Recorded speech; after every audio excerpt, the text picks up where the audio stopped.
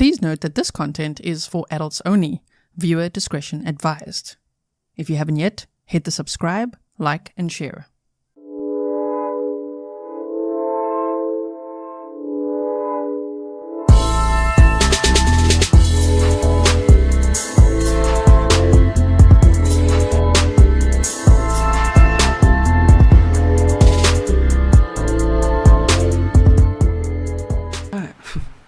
This is where the crime took place. Laredo, Texas. Okay, if you missed yesterday's stream, I hope that you'll check it out, because there's a full, slower overview of this entire case. Okay, I got together as much information as I possibly could for you, going over this entire case. Okay, so you didn't really miss anything so far. We're waiting for opening statements. They said the prosecution should take about 30 minutes, 30 to 40, and the defense will take 10. Is that what they said? 10 minutes. I'm like, whoa. Okay, so I just want to quickly see, because Texas time right now is 9:42 a.m. right? And just say Laredo, Texas time right now. Yeah, 9:42 a.m. That's the time in Texas right now. In the Netherlands, it's 4:42 p.m. So, all right. So, this happened in Laredo, Texas. And we've looked at this before. I'm not going to read everything again. Don't worry. Just quick overview. So, the man who's on trial, Ronald Anthony Burgos-Aviles, was 33. Well, he's 33 years old now. He was 28 years old at the time of the crime. He was a 9-year veteran of Border Patrol, a Border Patrol supervisory officer in charge of 5 Border Patrol agents. He'd been married at that point for 5 years when this happened, about 5 years or more. And there were 2 incidents of possible misconduct, which was about a vehicle crash incident and also falsifying a burglary. That's the only thing from his past that we could find, right? Thank you. Gene Davis says, yes, it's 9:42 a.m. PT, same time zone as me. Yes. Okay. So, Danielle, thank you for being a member for 5 months already. Really appreciate it. So, this man, Ronald Anthony Burgos-Aviles, had a mistress, Grizelda Hernandez. She was 26 at the time when he was dating her, and she got pregnant. Then, their son, Dominic Hernandez, was born on July 26, 2016. But that is the point at which it sounds like they broke up, because she said, okay, she's going off on her own. She'll look after the baby on her own. Because he, by all accounts from what we can read and hear, did not want to have that child. He thought it's going to really just complicate his life. He was worried about his marriage and his job. All right. So anyway, she said she would raise the baby on her own. She wanted to continue to pursue a career as a nurse. And then in the spring of 2018, she thought, let me meet up with him and ask for some financial assistance for child support, daycare bills. And his reaction, according to Grizelda's family, was resistant and irate. And he was, again, worried about the impact on his relationship, his marriage, and his job. So there's that. And then on April 9th of 2018, Grizelda went to meet him at the Father Charles McNaboe Park in northwest Laredo, Texas. And this was an area that he knew super well. He asked her to meet him there. And this would be the second time that he'd ever see Dominic. He saw him just days before. Grizelda told him that Dominic had issues walking. He was crying, so she wanted to cut the meeting short. According to her sister, she used her sister's car to get there, which was found at the scene at the park. Between 9:55 and 10 a.m. on April 9th of 2018, Grizelda and Dominic were murdered, allegedly stabbed. More info will be learned during the trial. Aviles had clocked in for work at 6 a.m. that day, and the only radio transmission that he made that day between then and 11:20 a.m. was about finding the bodies. And this was described by Border Patrol management as highly out of the norm. They were like, that was so weird, right? So these are some pictures of the park and the area, the grass, the nature area where the bodies were found. He called 911 at 11:20 a.m. to report the discovery of the body. Well, body, right? To discover this woman, but later they also found the baby's body, and he requested an ambulance. The bodies were 15 feet apart with a stroller and other belongings scattered nearby. If you're thinking I'm going too fast, don't worry. We've gone through this twice already at a much slower pace. I'm just recapping for you before they start with opening statements, so you can have a good idea now that we all hear what this case is about. They were found near the banks of the Rio Grande, near the Bristol and Allen crossing in the Delwood Park neighborhood in the Camino a las Minas area. We did some map time yesterday as well. I think it's actually linked map time. You can look at the map as well. We could do it later too. A wrongful death lawsuit was filed by Grizelda's family, and they said, upon information and belief, the bodily injuries inflicted by the defendant did not kill them instantly, and both had to endure excruciating pain and suffering of the attacks before finally succumbing to their injuries and passing away. When law enforcement arrived, they noted that the bodies had not been there for long, and within 1 hour, he was the primary suspect in the case, and he was taken into custody. So, this trial is set to last for 3 to 4 weeks. He is facing the death penalty, and yeah, on day 1 already, he was arrested based on all the evidence, just staring them in the face, right? So, let's just see what you guys are saying. Thank you, Anne. You say, hi, awesome channel, watching live with you from South Africa. That's cool. Hello to South Africa. That's where I'm from, you guys. I'm now in the Netherlands, which is Holland. Holland is actually a province, so sorry to all the Dutch people in chat. But, you know, some people think the Netherlands is New Zealand. I'm in Europe. Quite close. Just a hop across the pond from the UK. I'm in Europe, yes. So, the Netherlands is where I'm at. And so, welcome to everyone from wherever you're at and watching. Look at the pictures here that they have of the scene as well. The stroller, the shoe. Oh, man. So, we're just zipping through this now just so that you know what's what. We also learned that in the days that he'd seen his son for the first time, he claimed that he got a spider bite, and actually it was the medical examiner said, that's not a spider bite, that's from an 18 gauge needle, that mark on him. And the baby was struggling to, he was crying a lot and struggling to walk and talk and everything, and so Grizelda wanted to take him to the hospital, but of course Ronald said, no, bring him to me first, and then it is alleged that he brutally murdered them. Yes. Cherry says, from the sounds of it, our recap took longer than the defense says they'll take in opening statements. Oh, damn. That's true. It does take a little. We're taking longer than 10 minutes, that's for sure, even at fast pace, right? Okay, and also with this 18 gauge needle, yes, authorities found a gym bag belonging to him, which had a needle inside. Kay says, who thinks it's New Zealand? No offense. Lots of people. When I say I'm in Holland, like Europe, they're like, no way, I thought you were in New Zealand. So yeah, he was suspended indefinitely without pay. He was arraigned on the murder charges and held without bond at the Webb County Jail, where he has been since April 9, 2018. Evidence includes AT&T cell phone records, Facebook, Snapchat, text messages, tire marks, etc. And in August of 2018, the Judge Lopez, issued a gag order on the case. He faces capital punishment on the case. How was that for a recap? Pretty good, right? Pretty fast.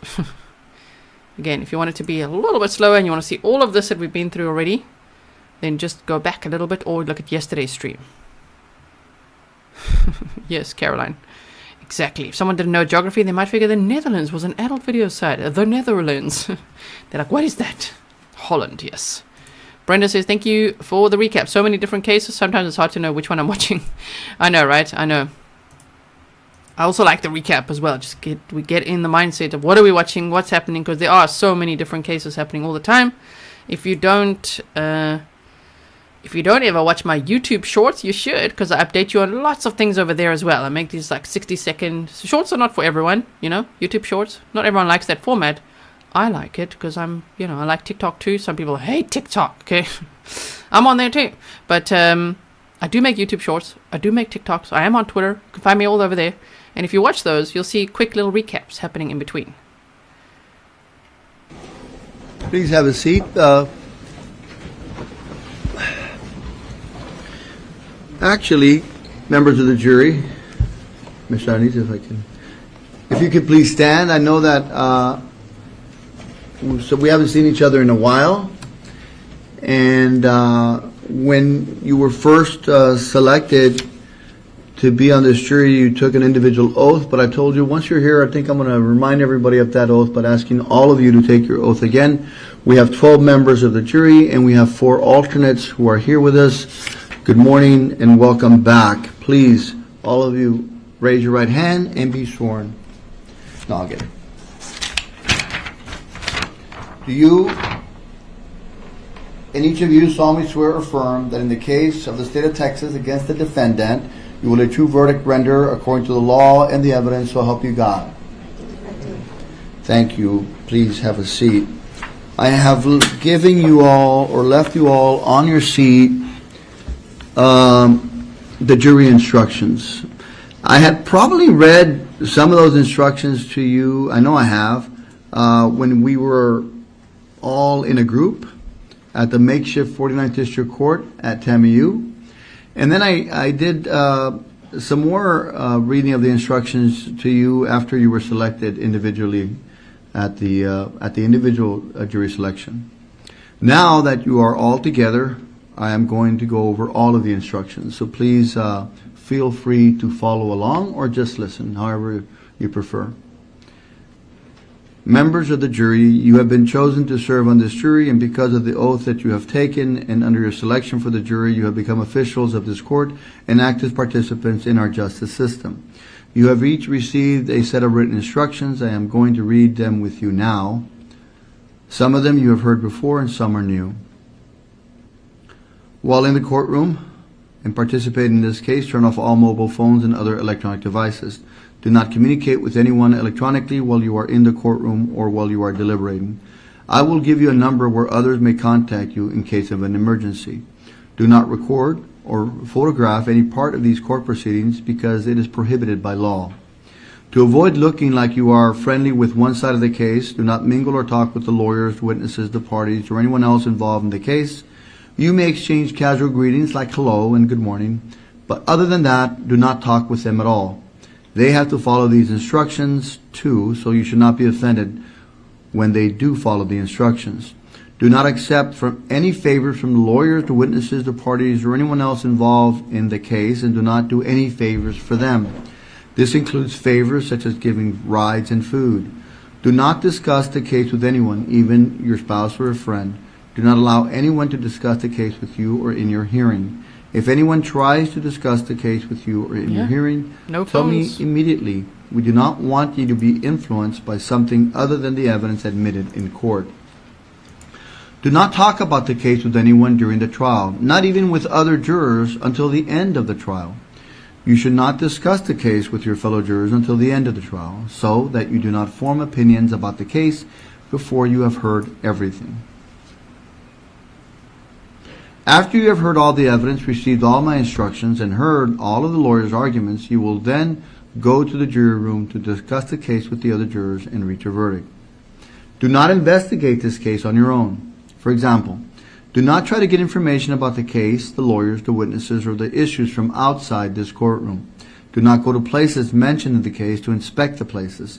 Do not inspect items mentioned in this case until they are presented as evidence in court. Do not try to learn more about the case by looking things up in law books, dictionaries, public record. Do not try to learn more about the case by looking things up on the internet. And do not let anyone else do any of these things for you. This rule is very important because we cannot have a trial based on evidence not presented in open court. Your conclusions about the case must be based only on what you see and hear in the courtroom. All the evidence must be presented in open court so that the parties and their lawyers can test it and object to it. Do not tell other jurors your own experiences or other people's experiences. For example, you may have special knowledge of something in the case, such as business, technical, or professional information. You may even have expert knowledge or opinions, or you may know what happened in this case or another similar case. Do not tell the other jurors about it. Telling other jurors about it is wrong because it means the jury will be considering things that were not presented in open court. During the trial, if taking notes will help focus your attention on the evidence, you may take notes using the materials the court will provide. Do not use any personal electronic devices to take notes. If taking notes will distract your attention from the evidence, you should not take notes. Your notes are for your own personal use. Do not show or read your notes to anyone, including other jurors. You may take your notes back into the jury room and consult them during deliberations, but your notes are not evidence. When you deliberate, each of you should rely on your own independent recollection of the evidence and not be influenced by the fact that another juror has or has not taken notes. You must leave your notes in the courtroom or with the bailiff. The bailiff will keep your notes in a safe, secure location and will not allow them to be disclosed to anyone. After you complete your deliberations, the bailiff will collect your notes. When you are discharged, the bailiff will promptly destroy your notes so that nobody can read what you wrote. It is your duty to listen and consider the evidence and to determine fact issues that I may submit to you at the end of the trial. After you have heard all the evidence, I will give you instructions to follow as you make your decision. The instructions also will have questions for you to answer. You will not be asked, and you should not consider which side will win. Instead, you will need to answer specific questions I give you. Every juror must obey my instructions. If you do not follow these instructions, you will be guilty of juror misconduct, and I may have to order a new trial and start this process over again. This would waste your time and the party's money and would require the taxpayers of this county to pay for another trial. Do you understand these instructions? We do, right, everyone? Please keep these instructions and review them as we go through this case, and if anyone does not follow these instructions, let me know at once.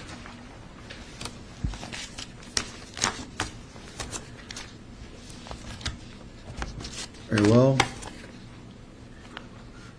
I hope that what we instructed you would find when you got here this morning was in fact what you found.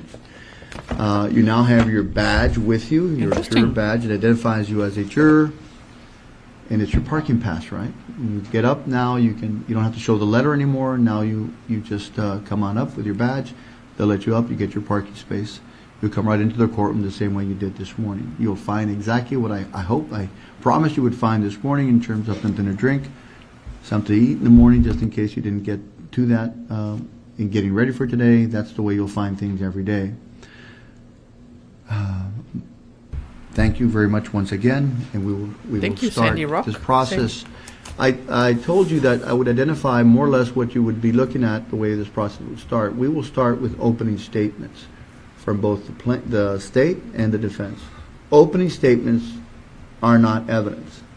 Opening statements are, in fact, what the lawyers believe the case that they will present to you will show, what the evidence will show. And it's their roadmap, if you will, of what, in fact, they believe the evidence will show. Okay? When it comes in as evidence, that's when it becomes evidence. There has been many pieces of evidence that have already been pre-admitted, and those will be shown. Some, if not most, will be shown to you throughout the trial. You will also have the ability to have that at the end of the trial as well in your hands. Some of it will be shown to you today as the case unfolds. So when the defense also will have an opportunity to give you their opening statement, their version of what the evidence will show. But again, it's what the evidence will show, and it doesn't become evidence until it actually comes in. Just keep that in mind. Throughout the trial, you need to understand that this is an adversarial proceeding. It is a court of law, and it has lots of rules. And what we do here gets reviewed by other courts in the area, in the state. And so as a result of that, the lawyers may have to object. Under the rules, they may have to object to something that is said, to something that's going to be said, to something that's going to be brought in. Don't concern yourself with those objections, or how many were given. Concern yourself more with the instructions that I give you with regard to that, if in fact I do give you an instruction with regard to that. If the lawyers have to do that, because if they don't make a timely objection, sometimes they may waive it. So therefore, that is the rules. That's what they have to follow. Don't concern yourself with that. Concern yourself more with the information you receive, with the instructions you receive from the court with regard to that as well. Interesting. Very well. Angela? Let's get started. Mr. Alanis, please read the indictment to this jury. Indictment time, everyone. In the name and by the authority of the state of Texas, the grand jurors, duly selected, organized, sworn, and impaneled as such for the County of Webb, State of Texas, at the January and June term of 2018 of the 49th District Court of said county, upon their oaths, present in and to the said court that on or about the 9th day of April 2018 and interior to the presentment of this indictment in the county and state aforesaid, Ronald Anthony Burgos-Aviles did then and there intentionally or knowingly cause the death of an individual, namely Dominic Alexander Hernandez, an individual younger than 10 years of age, by stabbing Dominic Alexander Hernandez in the chest or slashing Dominic Alexander Hernandez's throat with a sharp Oh, trigger warning, object. everyone. Count 2.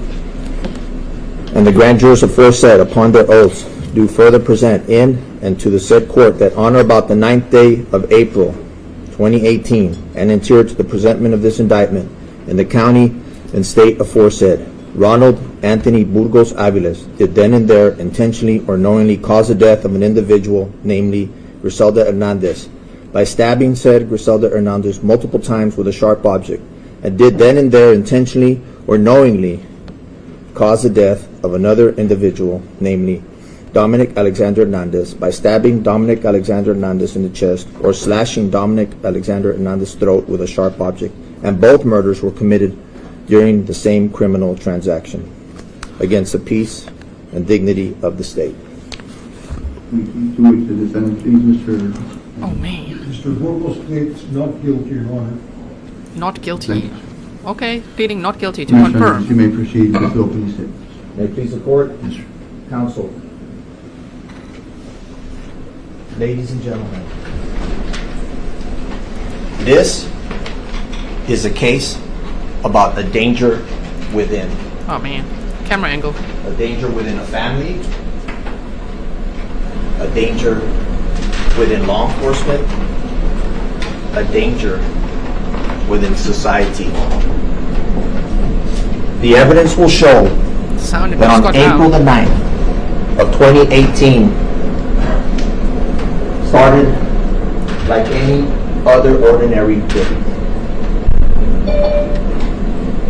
Ronald Anthony Burgos-Aviles, the man who sits here today,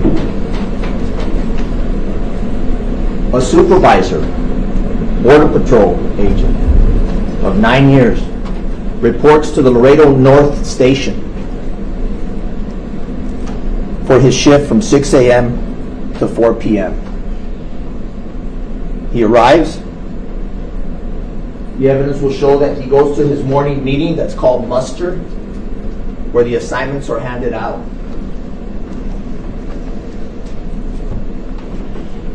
At about 8:01, after he's assigned his kilo unit, you're going to hear that word kilo unit during this trial. And that is the term that they use for the pickup trucks. We've all seen the white and green trucks driven by Border Patrol. He was driving one.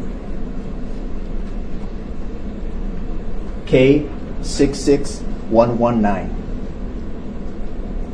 K66119. That was the unit that he was driving. K66119. He exits at 8:01 a.m. His destination, Father McNaboe Park, off of Mines Road.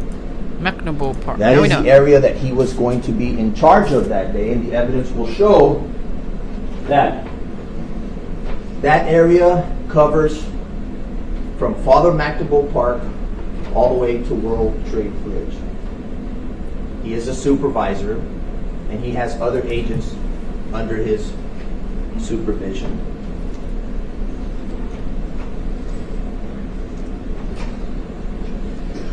But today is going to be far from normal.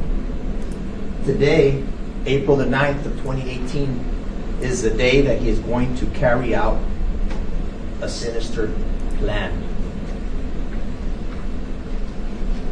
The evidence will show that he invites a young woman, a secret lover, and the child that they have together to the park. Interesting, sweet and salty. I wonder. But the evidence will show that the meeting that he's setting up for them is not at the park, but it is in a dense, brushy area near the Rio Grande River. That's important.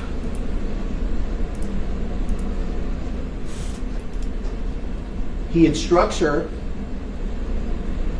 to arrive at Father McNaboe Park, to park her car, and to take the walk to this secret meeting. Oh my word. We'll take you there. You'll see, and the evidence will show that she walks by the baseball field, then she walks through a nature trail, then she walks around a soccer field, then she gets near the river area, and that's where the dirt trail starts. The plan is to set up an ambush. The evidence will show that the Kilo unit, 66119, is parked at the end of this trail. We will take you to that trail. You will see the vantage point that when she's pushing her stroller and she enters the path, up ahead is the Kilo unit, the pickup truck. That's the decoy. What she doesn't know is that Ronald Anthony Burgos-Aviles is lying in wait. He is hiding, waiting for her to get close enough to the truck to carry out his ambush. She walked to her death, you guys. This is so The sad. time around that this is going on is about 9:45 in the morning.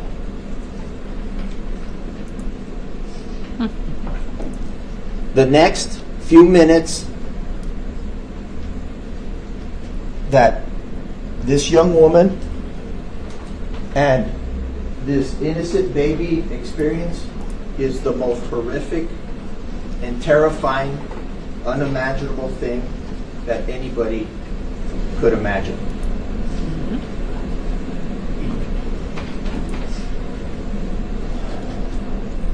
It's at that time that her attacker comes out of the brush and with violent and vicious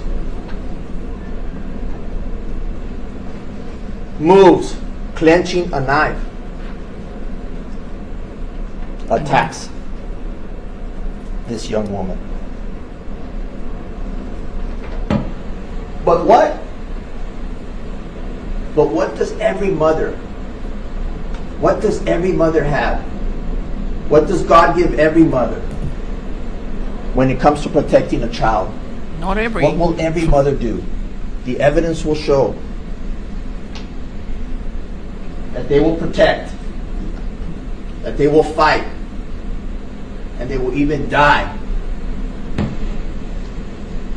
in order to protect their child, just like a mother bear.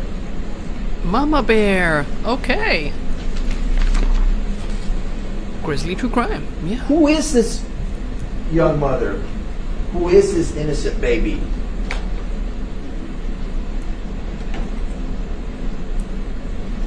Grizelda Hernandez.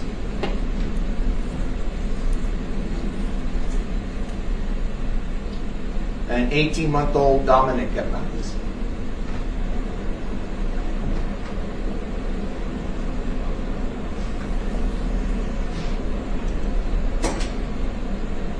These are the two victims that on that morning lives were taken. Yes. Savagely.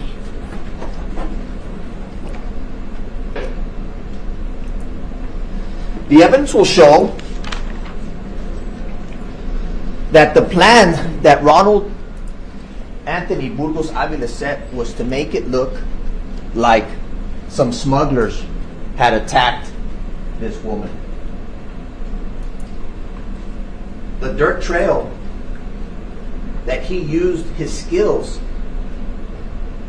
that he knew so well, the trees, the brush, the camouflage, areas that he had patrolled before were perfect for this crime.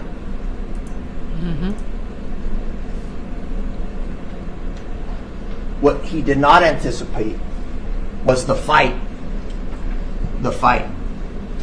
You see, when we take you to this trail, there is going to be a lot of evidence that was showed how violent this fight was. Oh no. We're going to bring you physical evidence. There's going to be photos. There's going to be lots and lots and lots of blood. This dirt trail will tell a story. It will tell a very tragic and horrific story. You see, the evidence will show that baby Dominic was being hunted, but not by a creature, not by an animal, but by his own father, the man sitting here today, supervising Border Patrol Agent Ronald Anthony Burgos-Aviles. But in order to get his prey, in order to get that baby, he needed to go through Grizelda.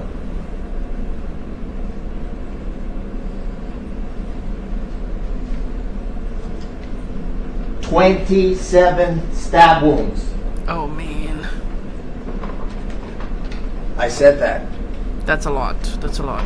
27 stab wounds it took to stop Grizelda. We will bring you evidence that will show stab wounds to her head, to her face, her shoulders, her back, her arms, her ear. Stabbed so many times Wow. that she was almost unrecognizable. Oh my gosh.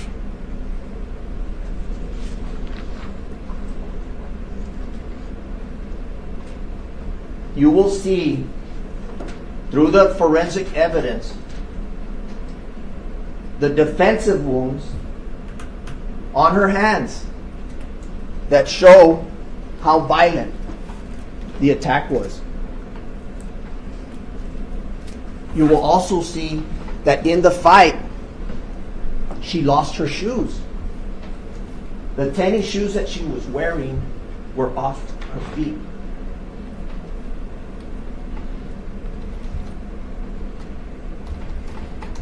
After he kills Grizelda, and one of the things that you're going to have to pay attention to is that this fight, that it happens, this attack happens so sudden when she's holding the stroller with her baby, and he's got his little cell phone, his broken cell phone that only has certain apps or games. Comes from behind, the attack moves. You'll see the blood trail where she's trying to fight or get away until she dies. The fight moves from a south to north direction. I'm going to show you, this is a satellite view Map of time. the area of Father McNaboe Park, Yes. the Rio Grande, and the brushy area where this took place. We will take you there through the testimony, through the evidence.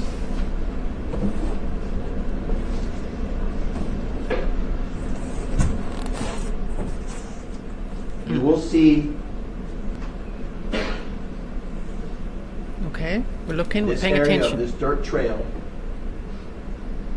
of where this ambush and attack took place.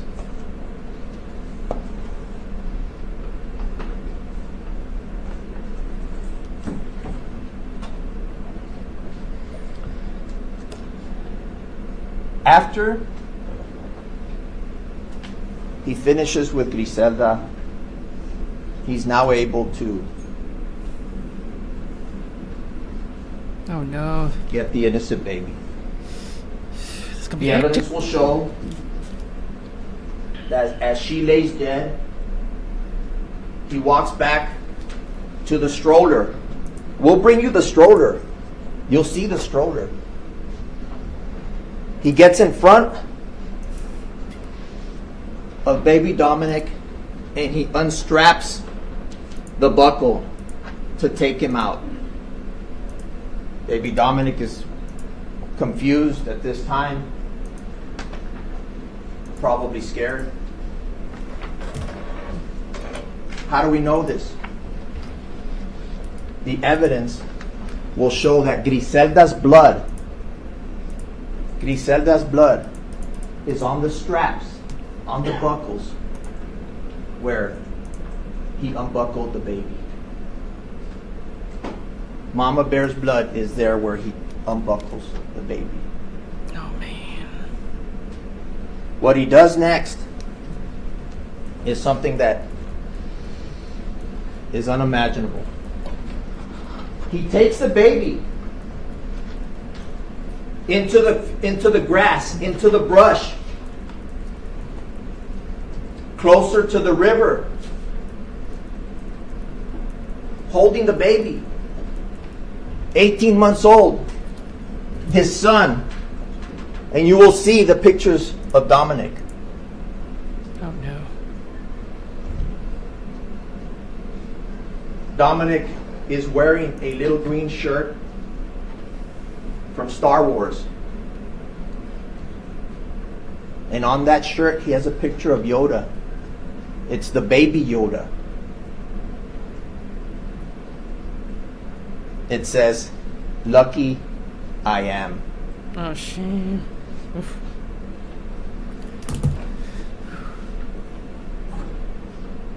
Lucky I am. We'll bring you the shirt and you'll see the shirt. One of the things, and again, I'm going to ask you throughout this trial to pay close attention to the details, because the details will prove the case beyond a reasonable doubt.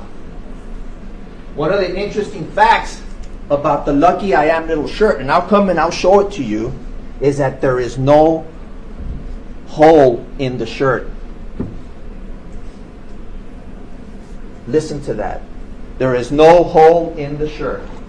Yeah, this Why is that important? Because when he takes baby Dominic to the grass under a huizache tree and lays him down, he picks up the shirt. He covers his eyes. He holds his hand over his little face. He takes the knife, puts it right in the middle of his little sternum, that little pigeon bone right here, and he punctures baby Dominic. But baby Dominic, like his mother, was a fighter, and he doesn't die. He doesn't die. He doesn't stop at that point. There's no clarity as to what am I doing to this child. No. He has to finish the job. So like he did to his mother, with the same sharp object, he puts it to baby Dominic's throat. That little 3-inch throat. So hectic. Sticks the knife, cuts the carotid, and cuts the jugular vein of this baby. You'll see the blood. You'll see how Dominic was left drenched in blood on his jeans, on the left side. Evidence that shows that when he gets stabbed in the carotid artery, in the jugular, that squirts. That's where he has to step back. And that's where the baby tries to stand up or sit up and then falls down. There's a bunch of blood all over his jeans. You'll see it.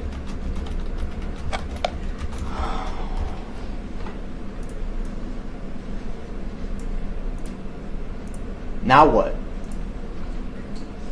Now what does the evidence tell us? The evidence will next tell you that Ronald Anthony Burgos-Aviles next is to stage the crime. Oh man. This Remember guy. when we talked about in jury selection, who decides where, when, and how to commit the crime? The defendant. Police have to work after. They have the head start. Him being a law enforcement officer, being trained, knows what they're going to look for. So let me create a scene. You're going to see the scene. The first thing the evidence is going to show is that he grabs a phone, the baby's cell phone that the baby would play games with, and he takes that. The next thing he does is that he throws the stroller to the east in the brush. There's a shoe around that area where the initial ambush took place. He grabs a shoe and he throws it towards the river. And it lands in the tall grass. Next, he has to go to Grizelda. What does she have? That's important. Her phone. He grabs her phone. But what happens? What happens when a double murder has just occurred? There's adrenaline, nerves, fear. Panic starts to set in. And it's going to be very important for all of you to pay attention throughout this trial to see the mistakes that he makes. He had a plan. Now he's got two bloody, innocent people down. He has to stage it. But things start moving fast. There's going to be many mistakes that he committed. But the evidence, and I'll highlight just a few that you're going to see.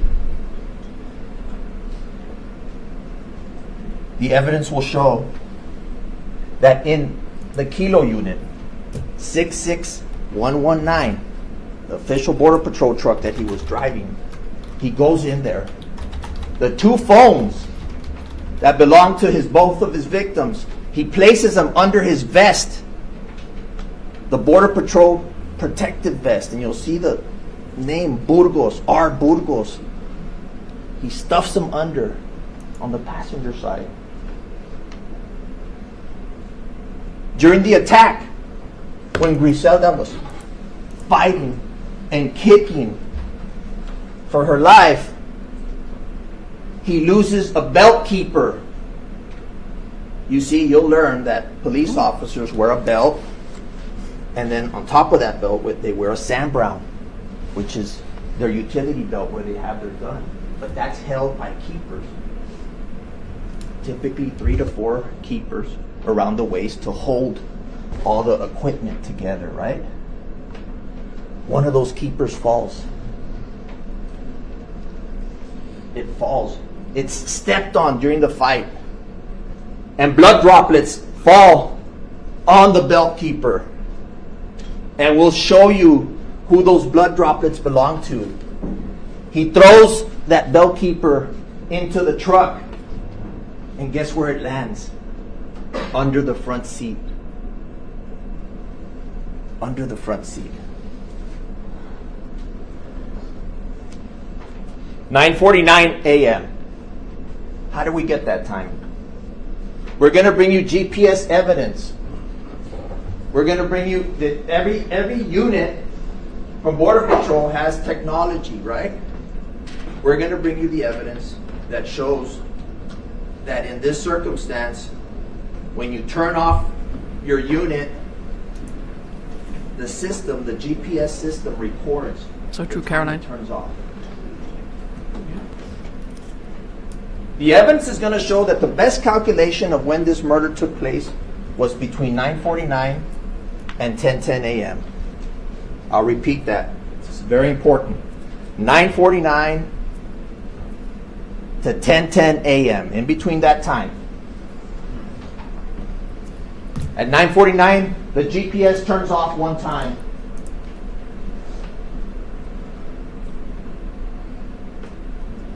Could it be that that's when Grizelda was coming up pushing the stroller and he had to hide? At 10:10, it turns off again a little bit further down the trail at 10:10. Ladies and gentlemen, there's a lot going on at this time. Yeah. Like What right did we off. say in jury selection? That sometimes evidence is lost. Who controls the evidence? I'll tell you right now, we're not going to have bloody pants. We're not going to have a bloody shirt. We're not going to have bloody shoes, boots, or tennies. We're not. The evidence of what he was wearing, we do not have. I don't know, April. Why? Because the evidence will show that he had time on his side. And if you want to see the knife that was used, you're not going to see it. Oh. We do not have the murder weapon.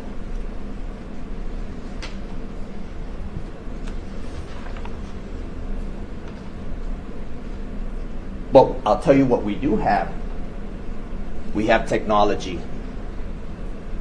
You see, when he's leaving the brush area, there's a camera, a security camera set up by DPS in the brush, facing an area where normally there's either criminal activity, and they're called drawbridge cameras. There is a camera pointing to the east. You will see his kilo unit, his truck driving by, and it snaps a picture. We will also bring you evidence of camera footage from throughout the city of his path after the murder.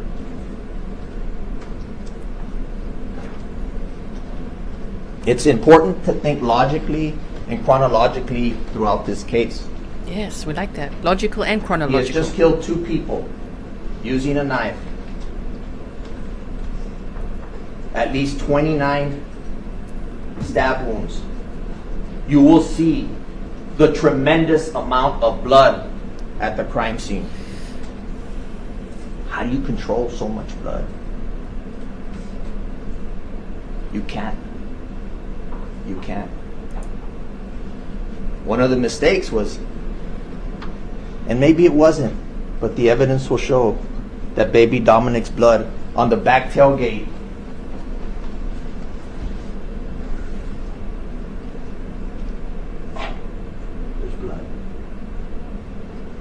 Dominic's blood marking the truck of his killer. You're going to see it. Oh, man.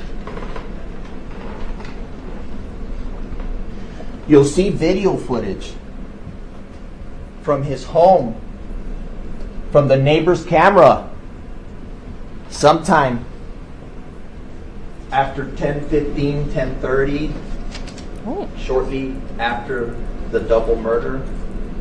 You will see this man who sits here today. You will see him getting off his government vehicle in shorts and in tennies. I said that. You're going to see him, after the murders, get off his truck in shorts and tennies. Tennies. He went to work that morning in his full green uniform. He left at 8:01 a.m. with his full green uniform. And after the murders, his neighbor's video catches him getting off his truck, and he leaves it on. He leaves it on. But you'll see a glimpse. You'll see the shorts, you'll see the tennies, you'll see him. He's not there more than 10 minutes. Comes out. Now you won't see the evidence of him coming out in his full green uniform. Unfortunately, we don't have that. camera didn't catch it. But you'll have his actions of what he needs to do next. And what does he have to do? This man's in charge of this sector between Father McNaboe Park and World Trade Bridge. He's just committed a murder. He's gone home. He's gotten rid of evidence. Gone home. Got dressed again. Now he has to get back. But what happens when he comes back? A couple of his agents see him. They see him driving erratically, speeding in the area near World Trade Bridge. What does that do? What does that do? Red flag. You'll hear from those agents, and they'll tell you his demeanor. Things now are there's decisions now having to be made on the fly. Things are changing now, right? Maybe somebody else was going to find the body, but now he's been spotted driving fast, probably trying to get to some spot. So what does he decide to do? The evidence will show that he turns around near World Trade Bridge, drives back all the way to Father McNaboe Park, where he's trying to get back to the area where the two bodies now have been for possibly more than an hour already. And when he's driving in, he runs into Border Patrol agents Lara and Smith, who happen to be parked near the soccer field, probably somewhere they shouldn't have been, but they were there fixing maps in their truck. The evidence will show that Border Patrol Supervisor pulls up, his hands are clenched on the steering wheel, and he asks a very odd question, and you'll hear it. He asks Border Patrol Lara, what's over there? Pointing to the brushy area. And Lara says, well, there's an ATV trail. There's a trail that we have. Do you know if there's an exit? Lara's like, well, I don't think so, but if you want to go check.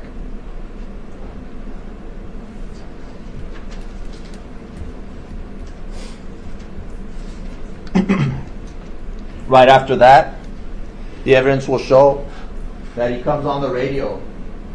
Lara, get over here. I need you. That's where he initiates this whole charade of finding a dead body. And we'll get back to that. But it's going to be very important for you to pay attention to what the Border Patrol agents and the police officers who respond, because the evidence is going to show, and you're going to hear that the one that makes the call is none other than Ronald Anthony Burgos-Aviles. The man that sits here today is the one that calls in about a subject down needing EMS. Send the ambulance. Can we get more information? Send an ambulance. You're going to hear when he calls it in. And you're going to hear and see from the people that come here, the witnesses, that this man was there when they arrived. Now, how did we get here? And this story, I cannot tell you this tragic story without telling you the beginning. Because there is a beginning, there's a middle, and there's an end. The evidence will show in this story that Grizelda met this guy who told her, Yes. the evidence shows, that his name was Anthony. Mm-hmm. Anthony Burgos. That's very important. She knew him as Anthony. She got involved with him in 2015. Now we know. You're going to learn that through her friends and family. She got involved with him in 2015. The evidence will show, and it'll come out, that he was married. They had 2 little boys. There we go. 2 little boys. They were having this secret relationship where they would see each other. You may even hear during this trial, friends with benefits. And that was their relationship. They would get together to have a good time. But she got pregnant in 2015. She gets pregnant. On July the 26th of 2016, July the 26th of 2016, Dominic is born. little baby Dominic Alexander Hernandez is born. He's born. The evidence will show that all of the time that this little innocent baby was alive, he was being provided for by Grizelda and her family.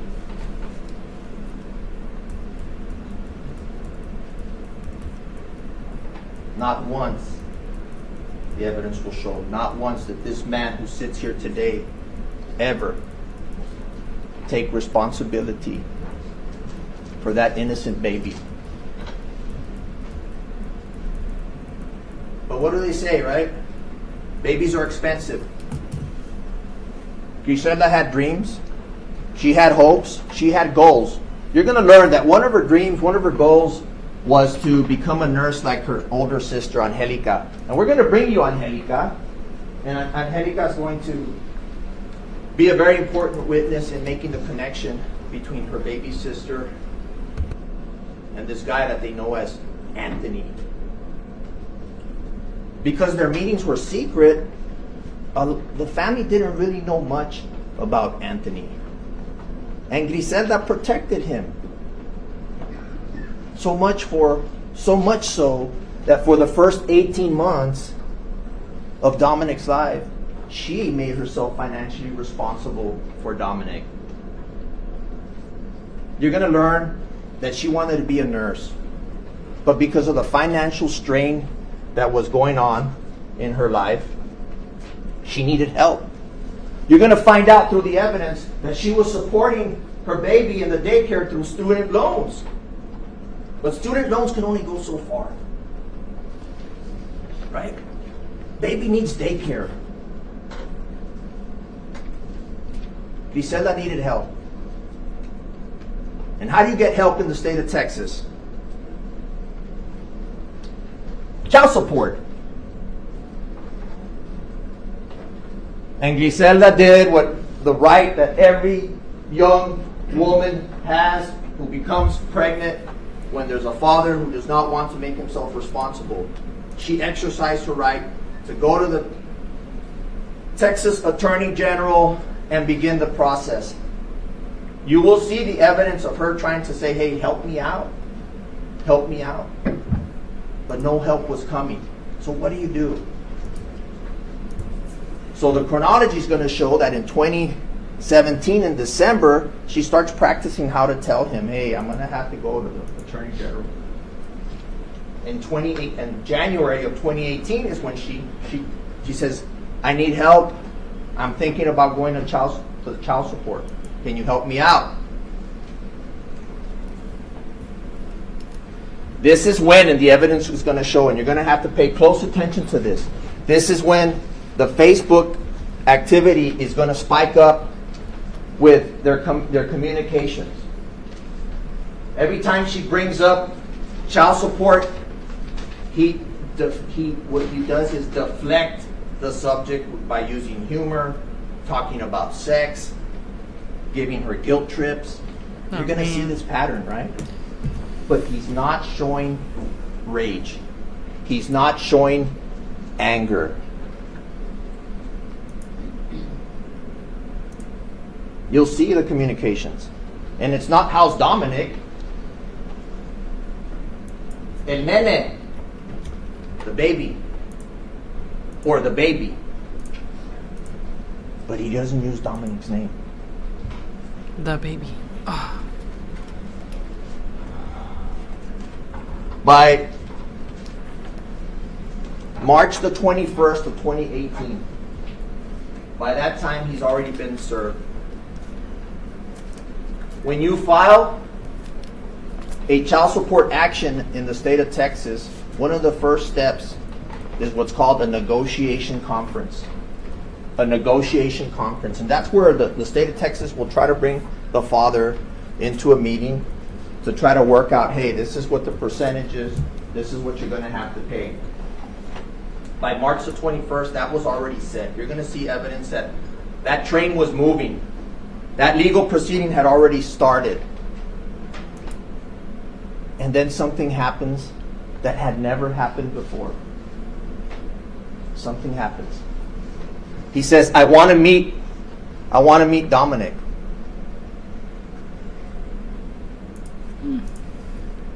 And I guess through the pressure, something else comes out through these Facebook communications. And there's a prediction. And you're going to see it. A prediction where he tells Grizelda, in a few weeks, I don't think you're going to want to be my friend. Oh my word. Real subtle. In a few weeks, I don't think you're going to want to be my friend.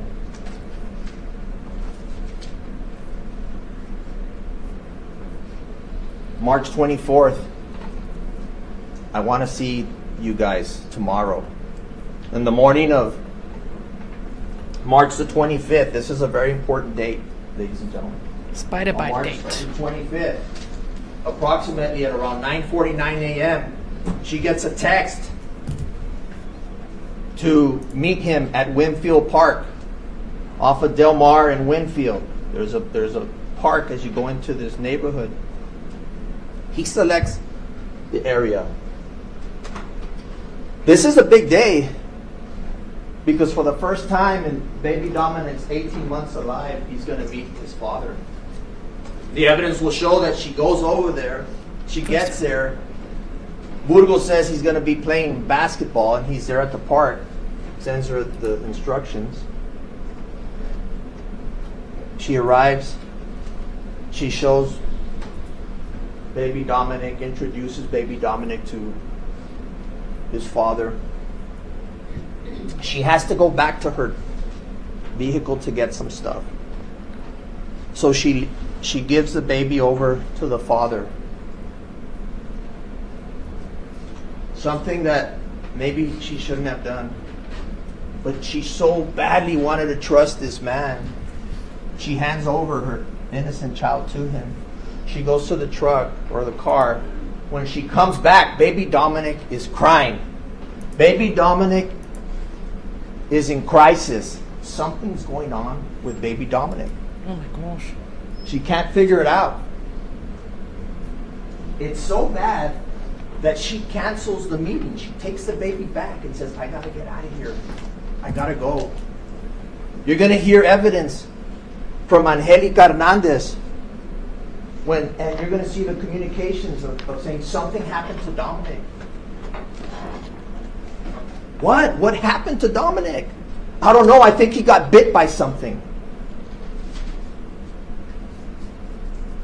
They get over to Angelica's house, and the evidence will show that Angelica, being a registered nurse, they strip down the baby, starts to examine the baby, and they find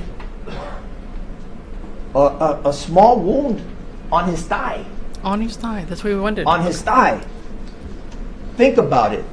You take your child out to a park in April. It's warm. You're in the outdoors. What happened? It was probably a spider bite. It was probably a spider bite.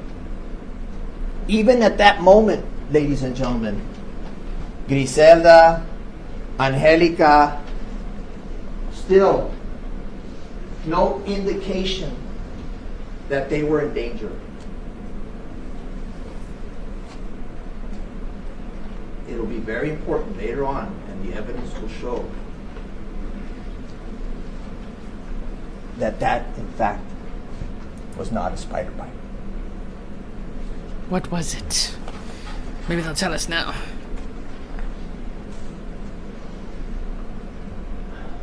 You're going to hear evidence and testimony that over the course of the next 15 days, from March the 25th up until April the 9th, and you're going to see evidence that baby Dominic's leg did not heal. Oh.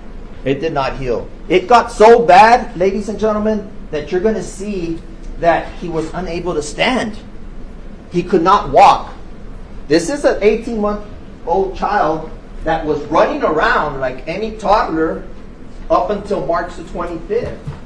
And after March the 25th of 2018, he was dragging himself, crawling around. The mama was worried. She wanted answers. You'll hear from Dr. Rodriguez, one of the physicians, a pediatrician that went to go see him. They took baby Dominic. And what do doctors rely on when it comes to children? First thing they're going to ask you is the history. And you're going to have Dr. Rodriguez come here and he'll talk about the history that was given to him by the mother. A nurse. It was Sam Bam. a day or so after the injury.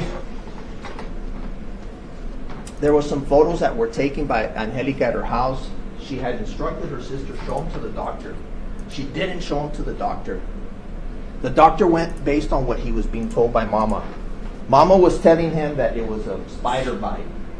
So the evidence and the protocol you're going to see that was followed was that of a spider bite treatment. Antibiotics, other, little anti-inflammatory type things. And you know what? It's always easy to go back and say, if we would have known, because it was a hole. When you're going to see it, ladies and gentlemen, we're going to show you the pictures that on his little left eye, he has a prick, a hole. But what caused it? What caused it? And we're going to bring you evidence that is going to be a very plausible source of what caused that injury. I won't say it now, but we'll bring it to you. Can wrap it up, John. I'll finish up with this. So I could have 5 more minutes, 10. But that morning of April 9th, she goes. She's going to go meet Anthony. She's going to meet Anthony. She calls her sister Angelica, and she tells her, "Can I borrow your Mercedes?" She says yes. Angelica picks her up. She goes and drops Angelica off. Then they go to Chick-fil-A. They buy one of his favorite meals, the chicken minis, and this is at 8:14 in the morning. After that, the evidence will show that they deliver the food to Angelica at work, and she makes one more stop at Adriana Flores' house. We will bring you Adriana Flores, the last person to see her alive.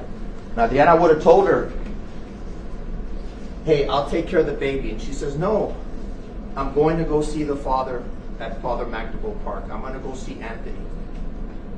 She leaves. She goes. She gets to the park at 9:09 a.m. We're going to show you video of the car driving in, the white Mercedes sedan, as she drives in and out of the different parking spaces. She waits. There's a Snapchat text that she gets. We figure the evidence will show that's her indication to go. She loads her stroller. Snapchat She loads evidence. Dominic, and she starts the 10 to 15 minute walk over to Father McNaboe Park. And when she gets there, she's killed. Now we have a double murder on our hands, and the Laredo police are in charge of unraveling this tangled web. And we're going to bring you those witnesses. We're going to bring you family. We're going to bring you friends, Border Patrol police officers that will give you facts and show you how the evidence shows that this man used his skill, used his training used deception and used extreme violence to carry this out. One of the most shocking, and I need to say this, one of the most shocking moments in this case is going to be when they discover his identity. You're going to hear from Sergeant Gilbert Benavides, one of the officers who identified the vehicle, and they run the license plate. When he runs the license plate, it gives an address to Angelica Hernandez. So he goes to Angelica Hernandez's house, makes contact and verifies. Angelica Hernandez is terrified. What happened to my sister? Can you tell me what she's doing? Yes. She went to the park to go meet Anthony. She went to the park to go meet Anthony. At this moment, and you're going to hear the live transmissions of Gilbert Benavides on Channel 3, where he says, subject, that's 82, which is dead, went to meet baby daddy or her ex, some guy named Anthony Burgos. Every cop that's on scene has a radio or a radio on his waist. That's broadcast. And guess who's standing around there at that time? That man right there. Burgos. He hears it. He makes his way. The evidence will show he takes a 10-minute walk to go back to Grizelda's car. And then you're going to hear, does anyone have visual on him? You'll hear lead detective, Raimundo Garcia. You'll hear his voice when he says, hey, that's the guy that found the body. That's the guy that found the body.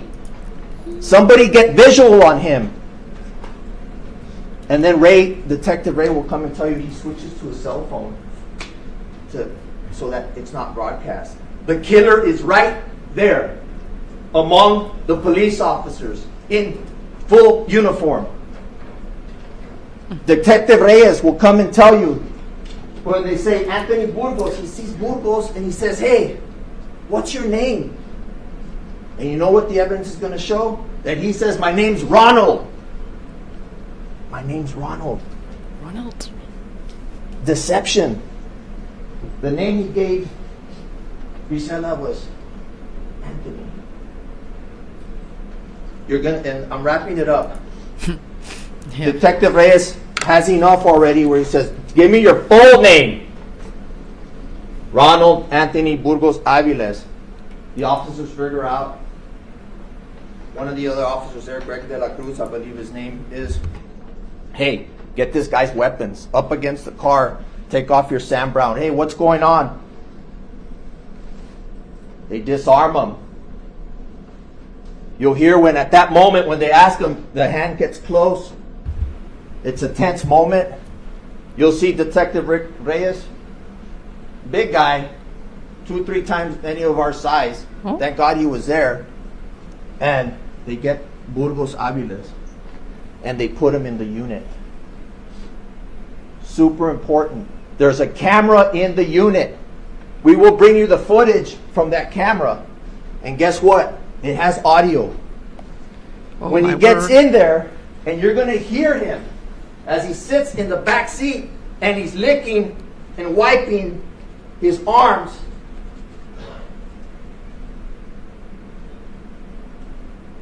Teléfono. He says that. Yes, I can't wait for the defense. Where are the phones? They're in the truck that is at the crime scene under his vest.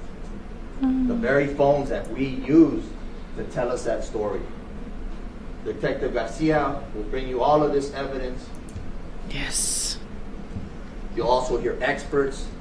And in the end, Dr. Stern, our Webb County medical examiner, will tell you, in her opinion, that the injury caused to baby Dominic's leg was caused by a needle, between a 14 to 18 gauge needle. Something was injected into that child. It was too late now because the baby was now dead.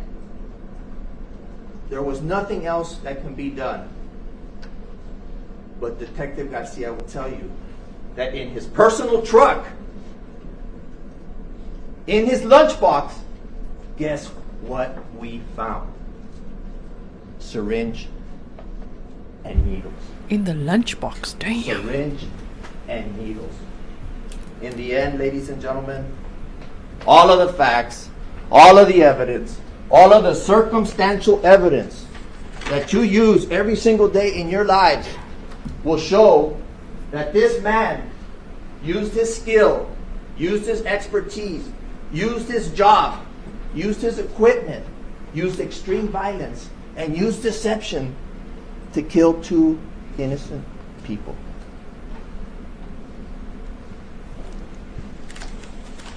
That was brilliant. Incredible. Mr. Pena. Ooh, let's see what the defense does now. It's always interesting, right? If you don't want my commentary, you can watch it with no You may Grizzly proceed. on Law and Crime Network. Members of the jury, Thank you for being here. April 9, 2018, the date of the murders, is a total aberration in the life of Ronald Burgos. Oh, damn. Prior to that date, Ronald was a Border Patrol agent supervisor. He had a home where he lived with his wife, Amy, who is a U.S. Customs and Border Protection agent, and their 2 children, Gabriel and Damien, who were 10 and 3 years old at the time. On April 9, 2018, Ronald, who has no prior criminal history whatsoever, was accused of the murders of Grizelda and Dominic Hernandez. This is an enormous anomaly, an aberration in Ronald's otherwise normal, law-abiding life. And now in this trial, Ronald is literally fighting for his life.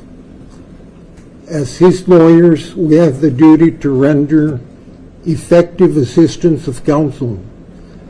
The right to effective assistance of counsel is a constitutional right that every person accused of a crime has. And we have the duty to screen the evidence, to contest it, and to make sure that only evidence that is credible and reliable Eduardo. is considered by you so that you can accurately determine the truth or falsity of the disputed facts in this case. For example, the state will present evidence from an expert in historical cell phone tower analysis. And they will do that in an effort to show Ronald's locations at particular times of the day on the morning of April 9, 2018. We, on the other hand, will show that a person's physical location cannot be accurately determined using cell tower site analysis because the cell tower data on which the analysis relies are too imprecise to reach any reliable conclusions about a person's location at a particular time. If Ronald is convicted of capital murder, he will die in prison, regardless of whether you impose the death penalty or not, because the only other available penalty is life in prison without the possibility of parole. So we urge you to weigh the evidence with extreme caution and to consider only evidence that you believe is credible and reliable. Thank you for your time and your attention. Damn, that was so quick. His Thank name you, is Mr. Eduardo Pena, you guys. Pena. Pena. Eduardo Pena. All right, we're going to pause really quick. I know you have just a witness to bring in this morning, but I want to pause real quick to give the jury an opportunity to go to the restroom, and then we'll be right back. Restroom time. Wow, you guys. That was quite a lot, huh? Okay, so let me, as you can see at the top, this content is for educational purposes and is for adults only, okay? Because damn, we learned a lot, especially from the prosecution's opening statements. I just want to get their names exactly right. So the prosecution opening statements was Isidro Alanis. The defense opening statements, Eduardo Pena. Yes, okay. So, thank you all for joining me as we watch this trial together. This is the day when opening statements begin. And whoa, those details were horrific. Thank you to Annie P for the article that you sent me. I might read it to you guys from my phone because I've got my VPN on there and I'm not going to mess with the stream, you know, the European privacy laws. So let's go over what I scribbled down here. Are you ready? Trigger warning from what I scribbled down. Let me make myself slightly bigger, otherwise you're like, what? Before I do that, I also want to show you something quickly. I could gather some of you couldn't see the members emoji that I made. That was 2 bears with wrenches to represent moderators. So now that we've heard the opening statements, I made this little one, which is a baby Yoda, and this one is for Dominic Hernandez because he was wearing a little Star Wars shirt with a baby Yoda on. I think it said "Lucky am I," right? Oh man. Whew. Okay. So members, if you want to use the white ribbon emoji and the baby Yoda or white hearts to show the family that we are here to support them. We got their back. Okay, this is a terrible time with horrible details that they're going to learn throughout this trial. Then yes. Janet says burning time. Thank you. There we go. So this looks nice. The baby Yoda. Yes, for baby Dominic. All right. So if you're only joining now, I hope that you will read the description box. I hope you'll read up there what this case is about. Because we recapped at least 3 times in the stream, and we did a long-ish stream yesterday, just less than an hour, going over the whole case from what we knew so far.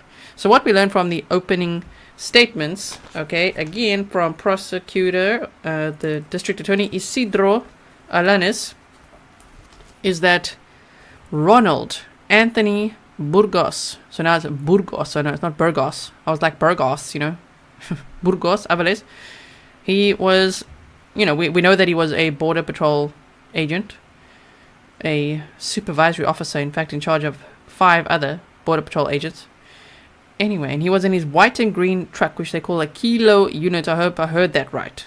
Kilo unit, is that what they said, right? Okay. And so, they said the number of that truck was K66119. Damn, I didn't scribble that 9 down very well. But I think it's a 9 based on what I wrote. K66119. He asked Grizelda to meet him at Father McNaboe Park. I think I'm still saying that. Not quite right, but Father McNaboe Park.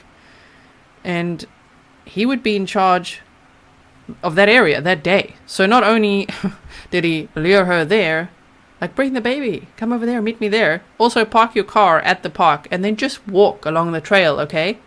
Just walk along the trail and meet me, which is terrifying to think that she walked to her own death. If you think about it, you know, in hindsight, it's so scary to think that she parked and that she trusted him enough to be like, okay, I'm going to go meet him. This is so exciting. He's going to see his son for the 2nd time. Because we already heard about the first time. We've gone over that before when he injected quickly. I mean, we also didn't know how that happened, but here we learned from the opening statements how quick that was.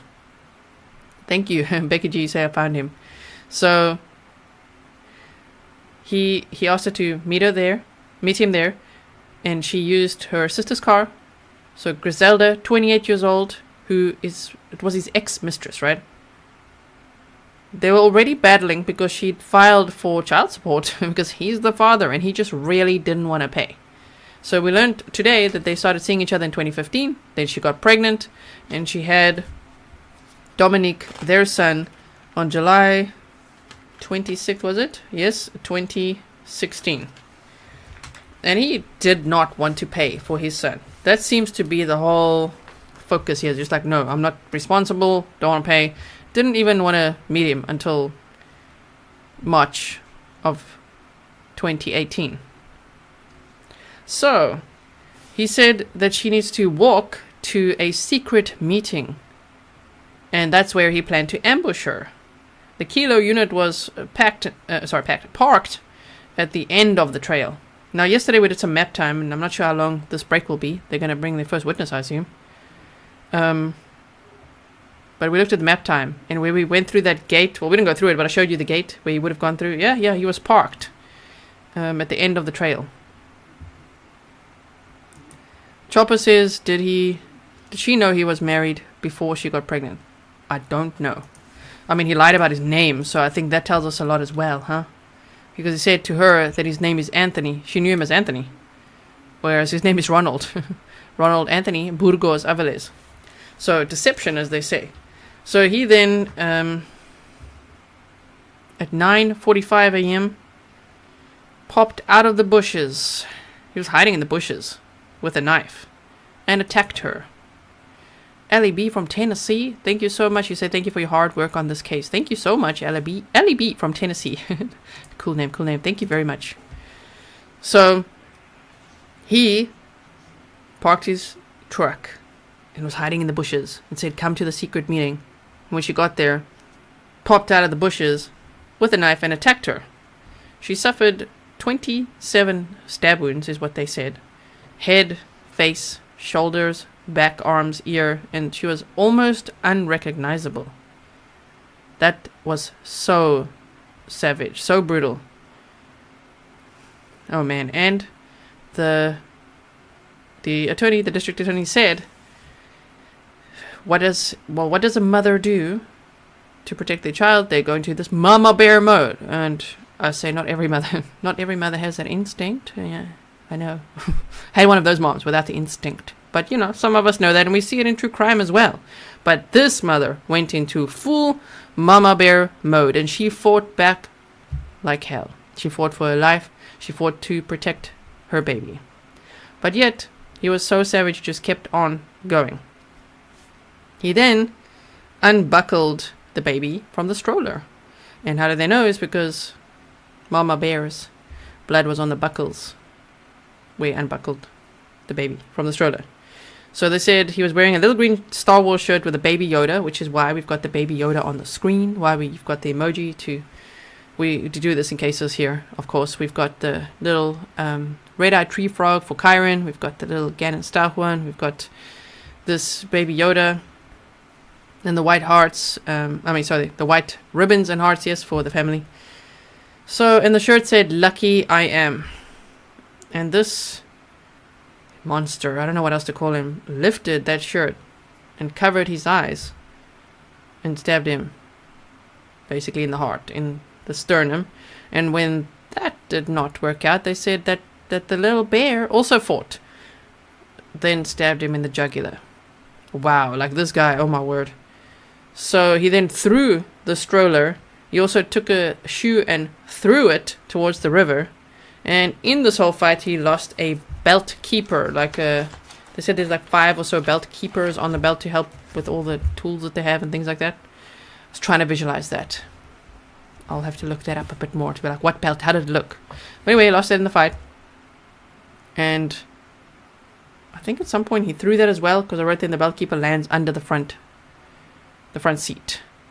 So at 9:49 a.m. there's GPS data that proves, that he was in a location, probably in the bushes, and the crime, they say, would have happened between 9:49 and 10:10 a.m.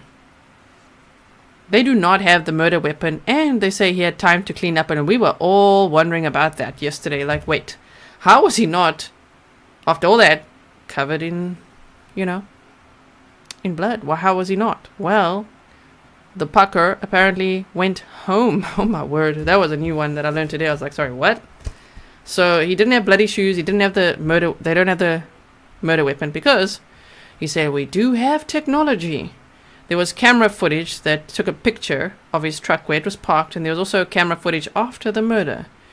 There was also baby Dominic's blood on the back of the truck. The way that the prosecutor wiped his hand like that on that podium type thing, right? He wiped his hand, showing as if he wiped his hand on the back of the truck. The baby's blood was on the back of the truck. So video footage from his home, from a neighbor's camera, shows him entering the home in shorts and tennies. So shorts and tennis shoes. He had left at 8:01 a.m. to go to work. And this crime, as we know, happened between 9:49 and 10:10 a.m.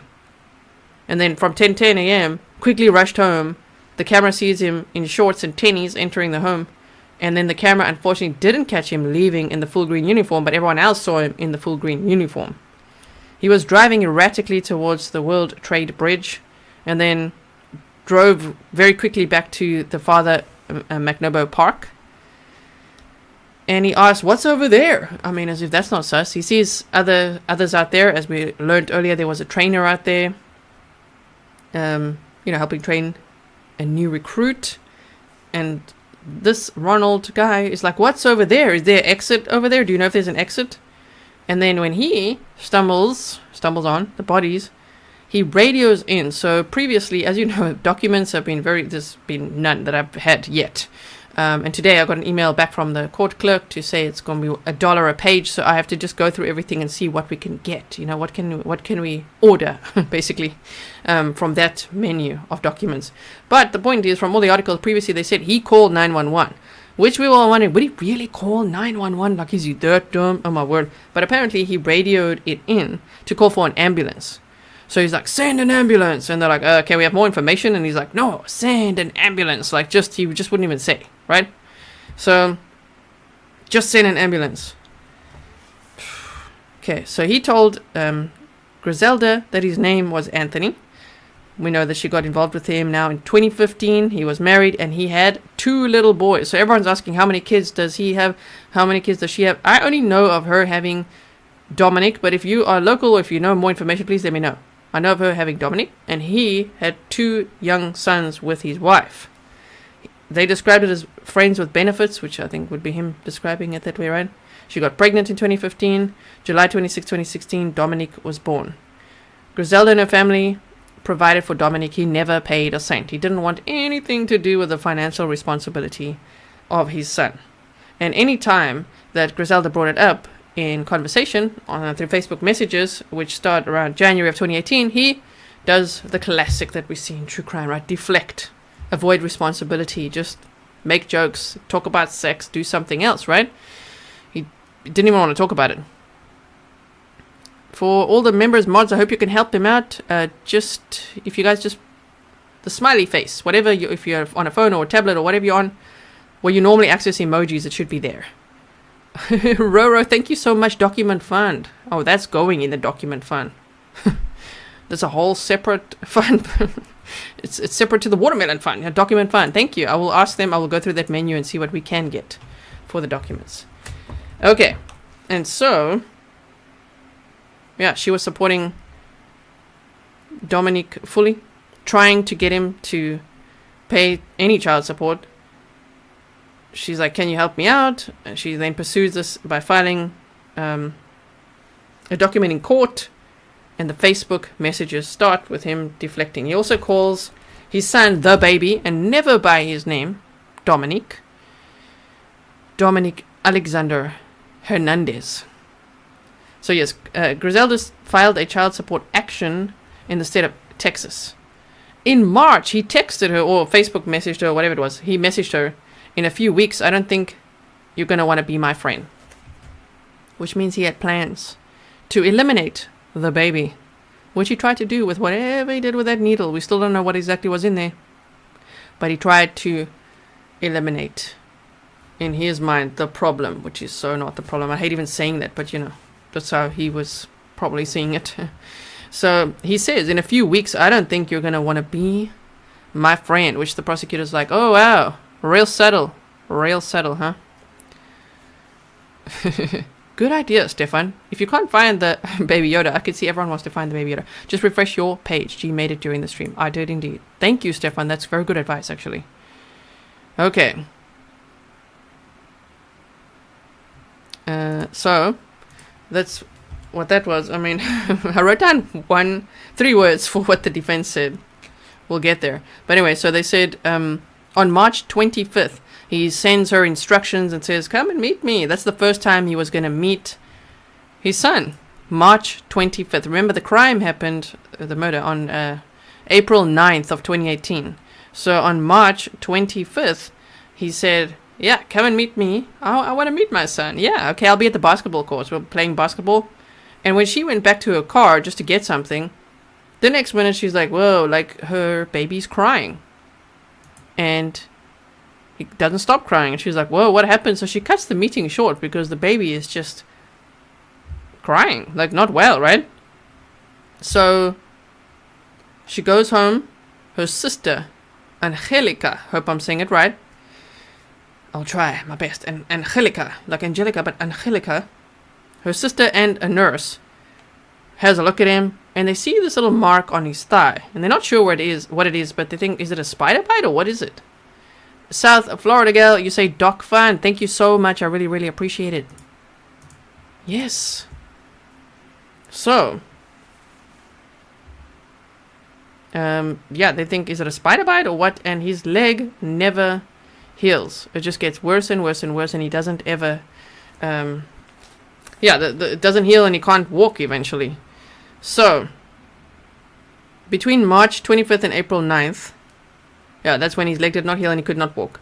They said, then they had to wrap it up, you see. They sped up a little bit on their presentation. So they said they're going to have family, friends, Border Patrol, police officers as witnesses, which I'm very excited to see as well with all of you. And so on that day, how he was caught was Subject 82, the deceased lady, Grizelda. That's what they said on the radio. Went to meet Anthony Burgos. And they say, that's the guy who found the body. And also, in his truck, in the lunchbox, they found the 18-gauge needle. Oh, yes. Okay, so they're back. Good timing. You have your first witness ready to go, Mr. Alanis? The defense said what? The cell phone towers are unreliable. Bring the first witness up to the gallery, up to the... If you could just move you, up close No, they better show us. and speak into the mic. Can you hear me now? Yes. All right, now, Yes, sir. did you do me a favor? Just the device there, can you just flip it toward like this way? No. Okay, let's see it, because if you're going to move up close, Okay. my interpreter you- need to. Thank you. Very good. Yes, very good. Thank you.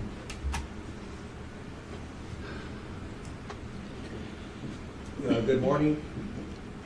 Good morning. My name is Mr. Alanis. I'm the district attorney. Alanis. Can you please state your full name for the record? Angelica Hernandez. Okay. You can move the mic up a little bit and speak up loudly so that the court reporter can hear you. Angelica Hernandez. Very well. And what is your occupation? I am a registered nurse. Do you Sister. know why you're here today? Yes. Why are you here?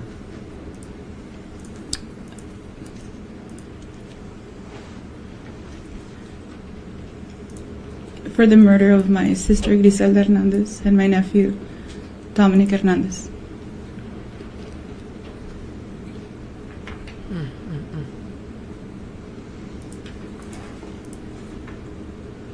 Do you know how old your sister was at the time of her death? 27. 27, You know how not old your 28. nephew was at the time of his death? A year and 7 months.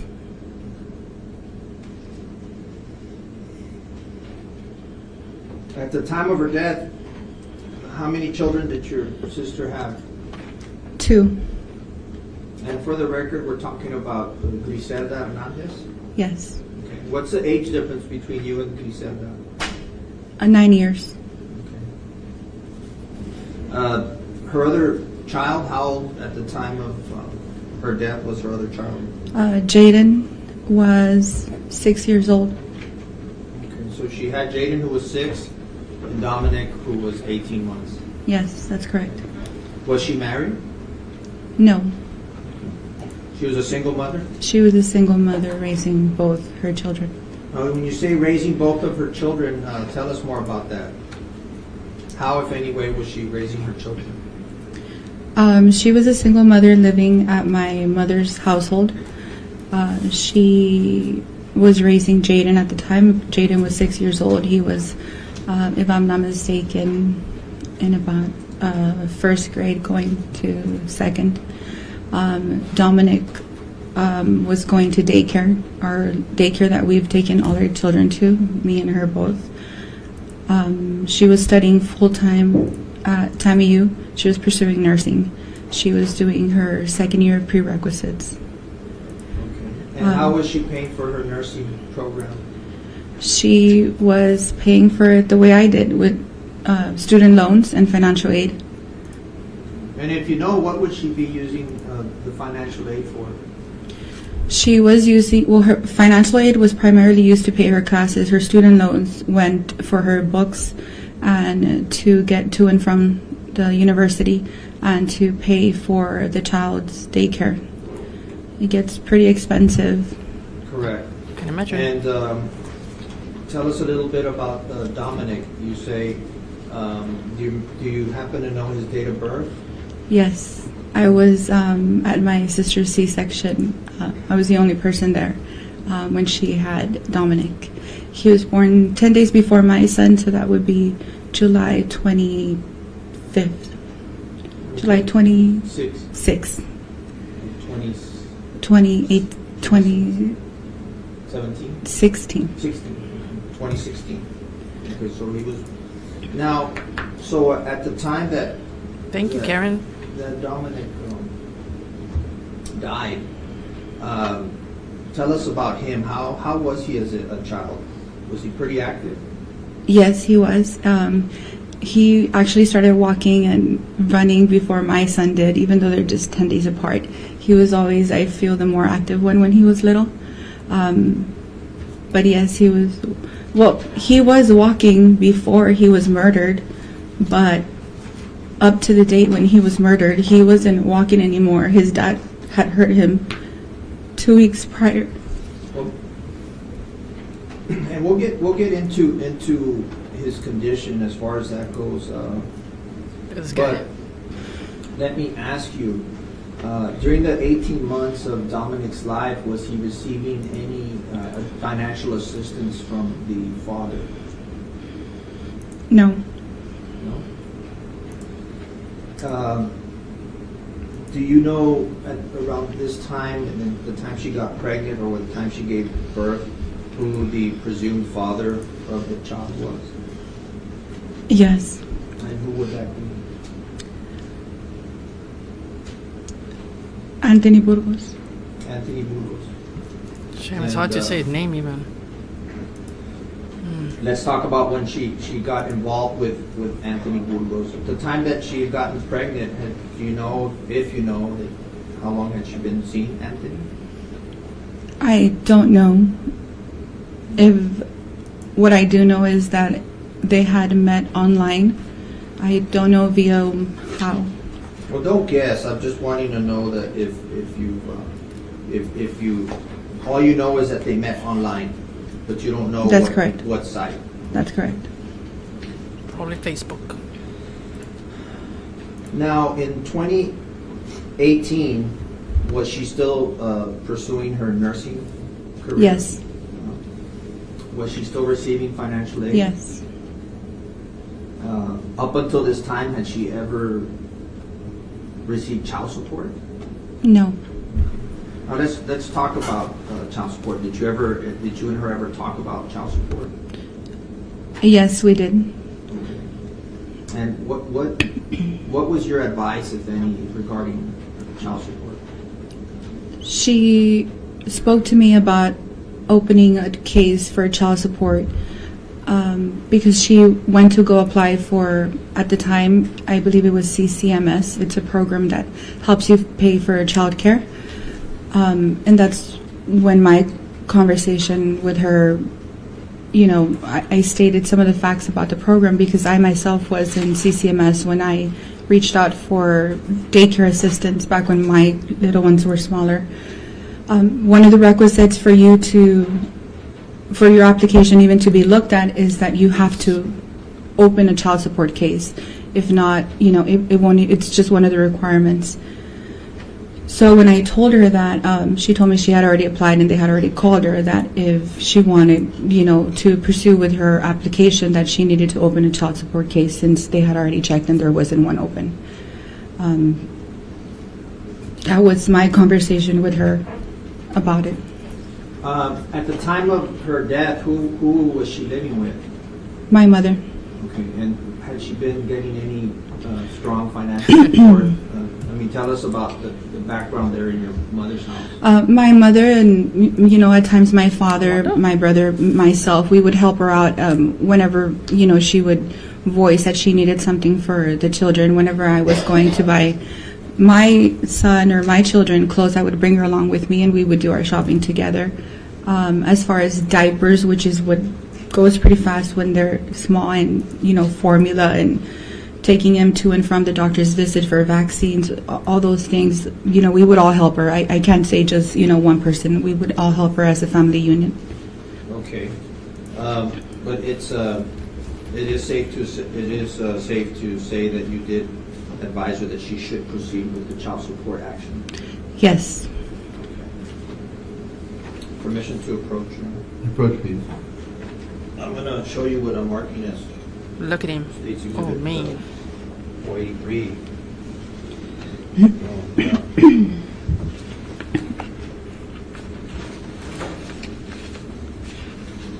See if you recognize this document. Yes. Caroline. Does it fairly and accurately depict the what's within its contents here? Yes, it's my sister's information, and I recognize it all. Do you recognize this handwriting? Yes, it's my sister's handwriting. Whose Understandable. handwriting is that? Grizelda. Okay.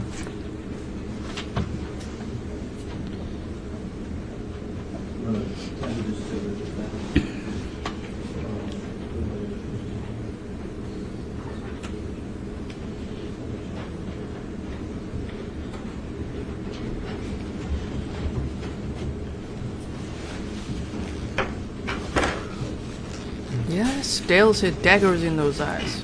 From the defendant, right? He looks almost disgusted, which is so weird. Yeah. Sweetie Pie says he looks full of hate for the sister. He looks like his face looks like, ugh. What? Jelly Bean says no remorse. Thank you for being here as we watch this trial together.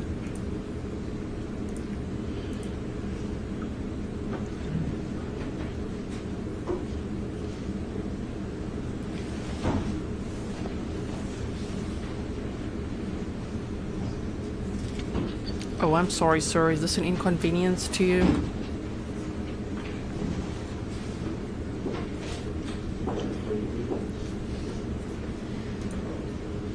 Yes, and Jeanette, seeing her sister's handwriting had to be hard.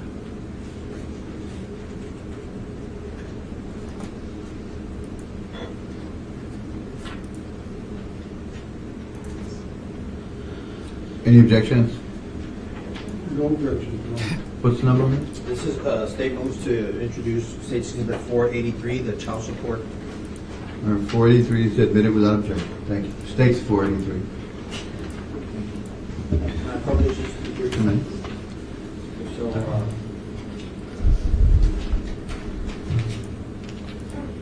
Mr. Knight, do me a favor. For purposes of the record, 483 has how many pages on it? including the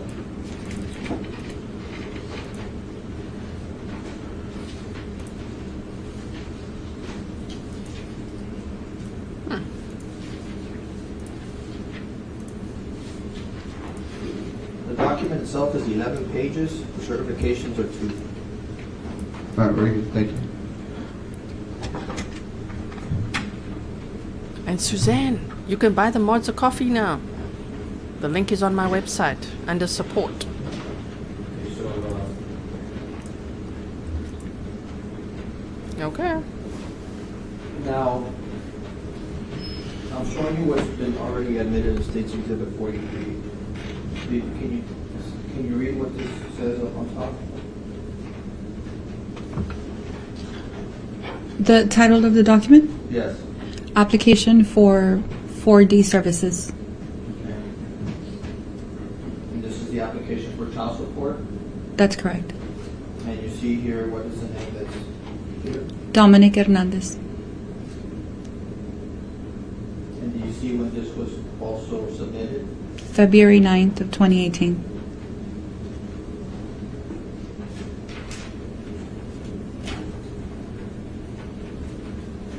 The information on page 2 is That's correct. Grizelda Hernandez? That's correct. Now, on page 3, you see the information, Yes. and that here is the name of, what name is up there? Ronald A. Burgos-Aviles. And this is place of employment? Yes, it is. Well, yeah, it says U.S. Border Patrol. Mm-hmm. Do you know what this address indicates here? That 307 Pedrosa? 11307 Pedrosa Street. Yes, I can read the address. I would not know.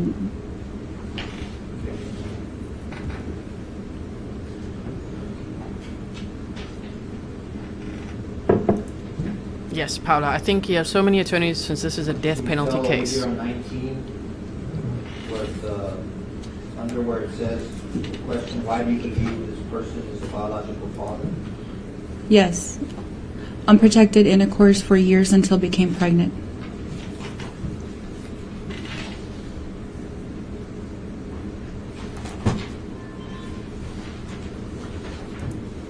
So this April February the 9th, 2018 is when she officially filed for child Not the real one. February. That's so, correct. so could you, Barbara. I could do it later. But the stream is always available. That's correct.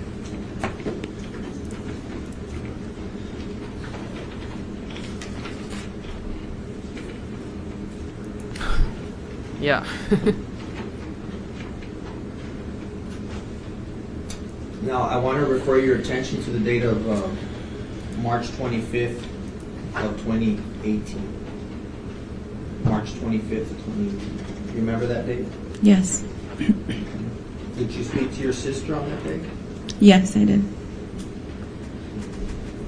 How would you regularly communicate with her? Phone or text message. Do you remember what her cell number was? 771-1633. Okay, and what's the area code? Area code 956. 956-771-1633. 771-1633. That's correct. Okay.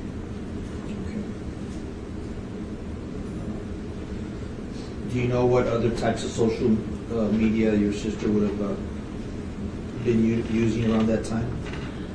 Facebook and Snapchat Okay. Do you know and what Instagram. Okay. Let's talk about that. Do you know what her Snapchat name was? I wouldn't be able to remember. Okay. What about her Facebook name? It would likely be her name, Grizelda Hernandez. Did she have a profile picture on her Facebook? Yes, she did. And what was that? A picture of herself or herself with my nephews. What about an email?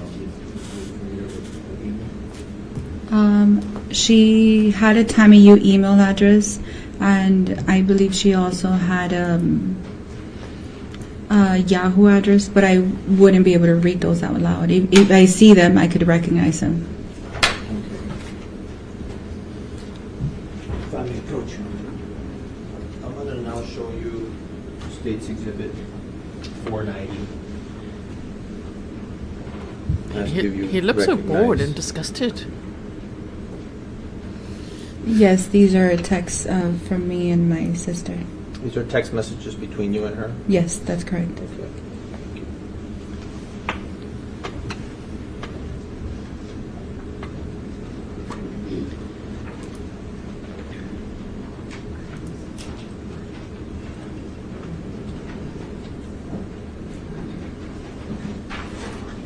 These are text messages between you and her? Yes. You and your sister? Yes. Okay, and you've seen this document before? Yes. Okay. Well, I'm showing to defense counselors.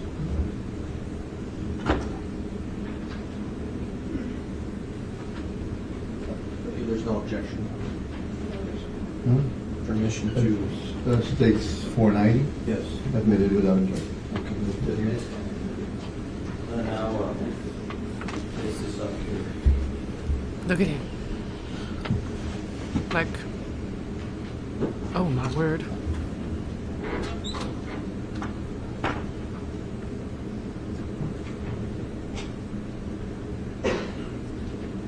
He looks angry.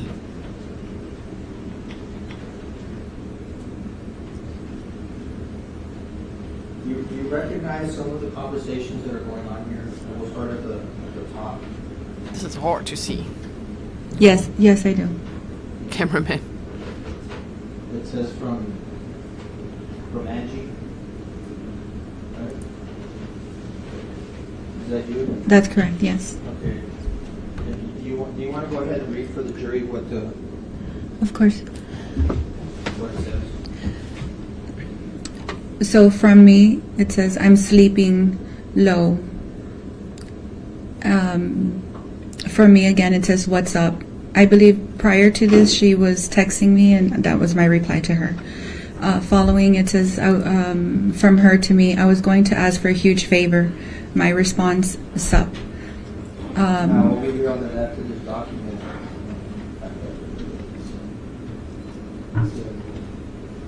the outgoing and incoming. Yes. Shame. Oh, this was on the 25th of March, the spider bite incident. So these are text messages to you to her phone, correct? Yes. So what we're seeing is from her phone? Yes, to and from me to her, from her to me. Yes. So go ahead and Okay, so I respond, sup, and she what does texts. that mean, sir?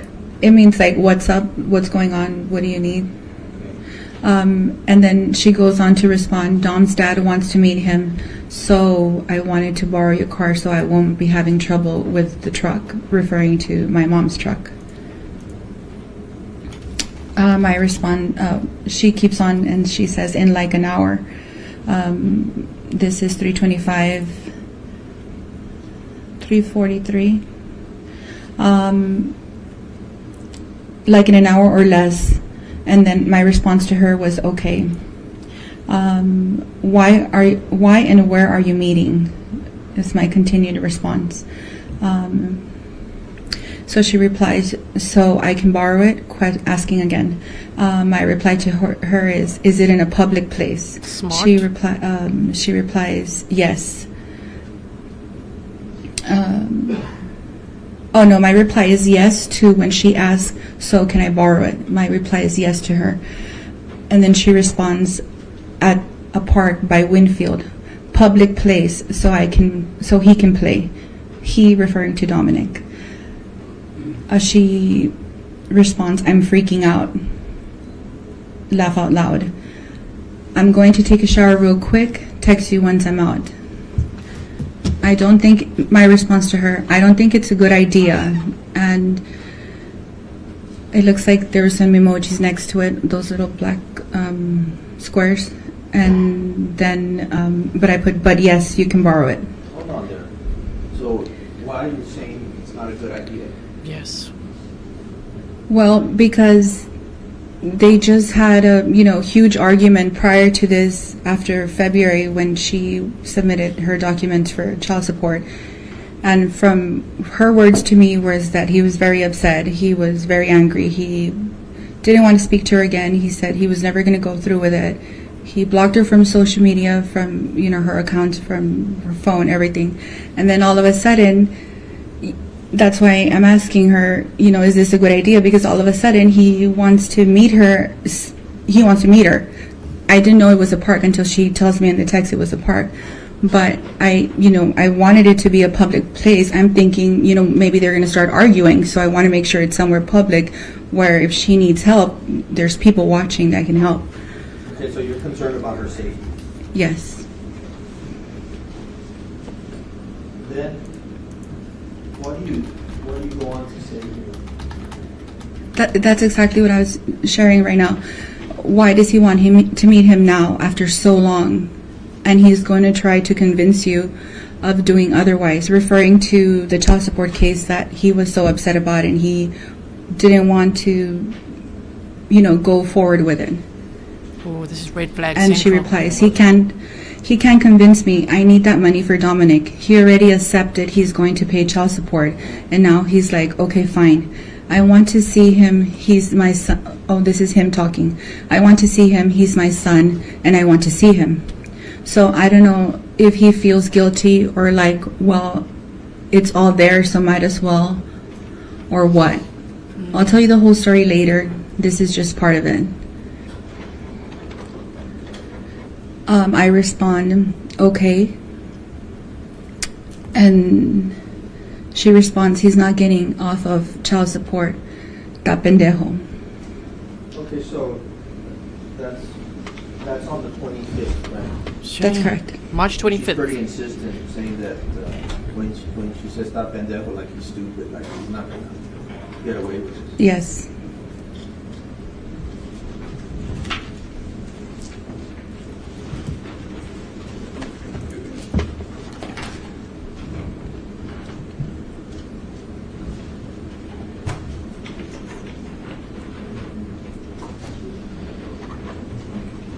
So, did she end up borrowing your car on that day? Yes, she did. And where did she end up taking Dominic?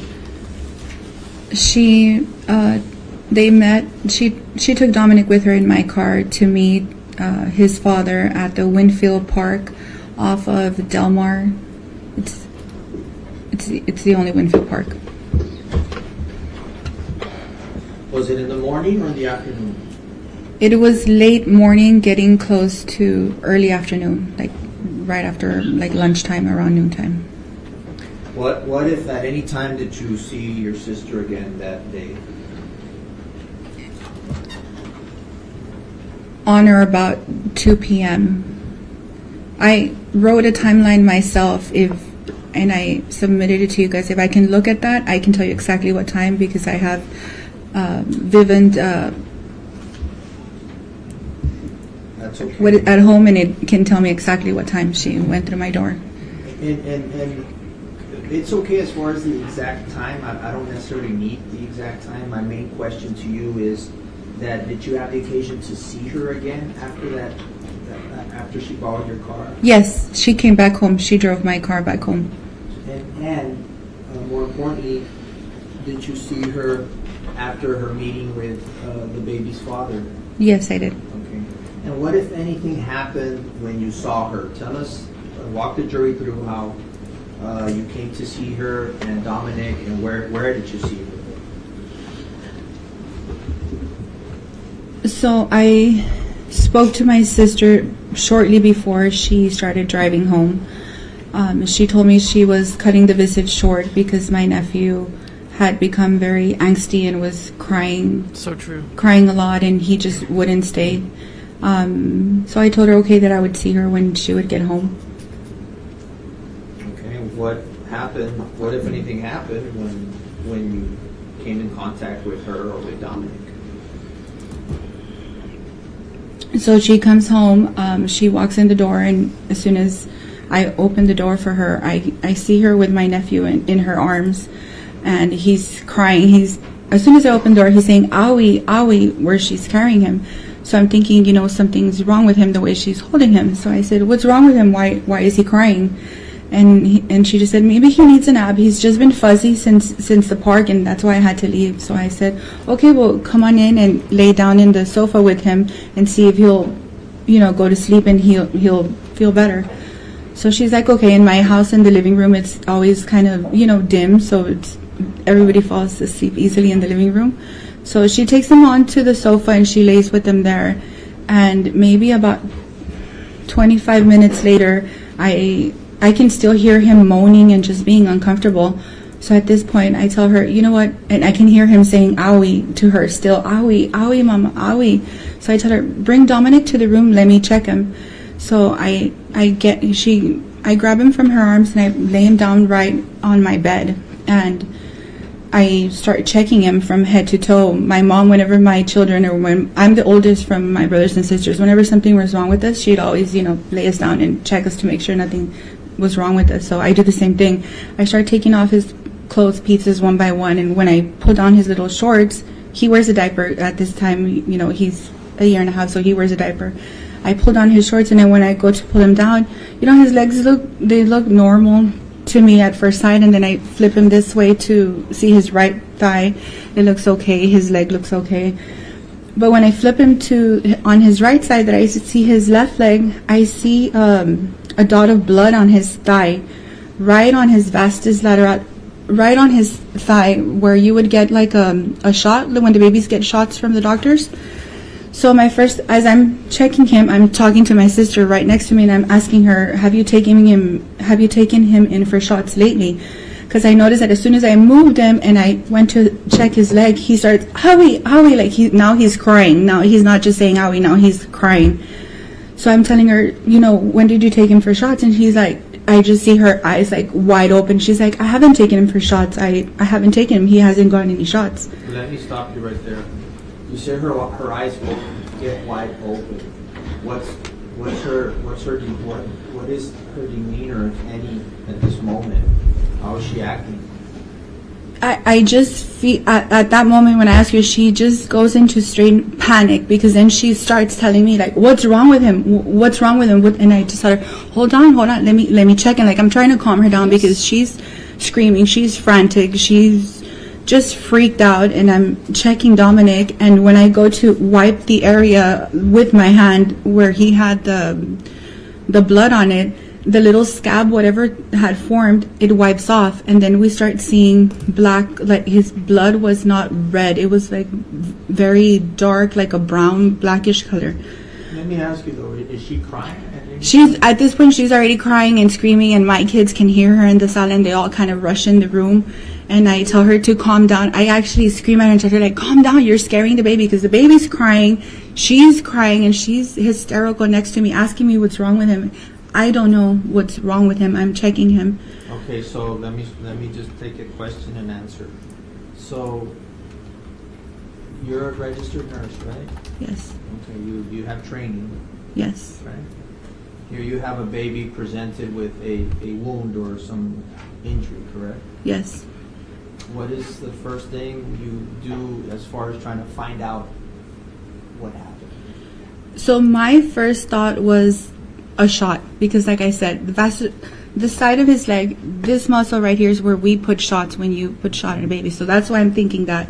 But when she says no, that I see the blood coming out, I'm thinking maybe an insect bite. And, I've asked myself after that question, why didn't I think like a bee, a hornet, something that stung him? Because I've gone stung by bees and hornets, and no black blood comes out of it. So what I'm thinking is, if black blood or dark blood is coming out, there's something poisonous in there, like something is reacting with his blood. So when I go to squish it out, and I'm telling her to calm down at the same time, it just keeps flowing, and I keep wiping it off at this time with the cloth, and it just keeps coming out, and she's freaking out because what she's seeing, and I'm trying to stay composed, but I'm here that he doesn't have a shot, and I'm thinking maybe something bit him at the park. Okay, so Yes, this was sus of this joke. What Yes. is any information that you find out? How and where would Dominic be bitten by an insect? So I ask her if what happened at the park while I'm checking him. Did the baby fall? Did you notice anything bite him? Did you not leave him unattended for a while? Did you leave him alone with his dad for any amount of time that you maybe didn't see? And I feel that's why she went into panic mode, because she did leave him alone with his father for momentarily, I don't know how long. She tells me that she went to the car to get the sippy cup and some snacks that she had for him, and on her way back, Okay. Dominic's father is facing the park and is holding the Dominic on a bench, and I imagine he was holding him like this, because that's what she modeled to me when she was showing me. And she hears his dad speaking to him about him being present in his life, because he doesn't want Dominic to go through what he went through when he was small, that he was raised by his grandmother, and he's going to be there for Dominic, and What? This is so you know, hectic. he's going to be present in his life. So my sister tells me that she took a while to get to him, to allow them to have that, you know, moment. The bond. Yes, and when she starts walking a little faster because she starts hearing Dominic kind of cry or I don't know, be uneasy. But that was the only time she left him alone that she wasn't watching. Okay, so the visit with his father was short then? She cut the visit short because after that he wouldn't stop crying. He was just uneasy. Now, so your nephew presents himself, he's got this, you describe as a brown or dark, like a black blood. It's the prosecuting attorney. Wound. What, if anything, do you do next? I tell her that we have to take him to the ER immediately. Because one, she just told me the baby didn't get any injection. So if this thing that he has is, he didn't have it before and he just got it now, and he's in pain, and you know, it's not blood where he cut himself, that blood's coming out. I tell her, you know what, we need to go and we need to go now. So I leave my children at home. I leave with her to the ER, and we get there, they check him out. Before we leave, I took pictures of his leg, of the blood that was coming out. Okay. I just never seen that before. Thank you. I just felt it was important for us to take the pictures because I don't know when we get to the ER if it's still going to be bleeding or not, but I wanted them to see what it was like when I found it.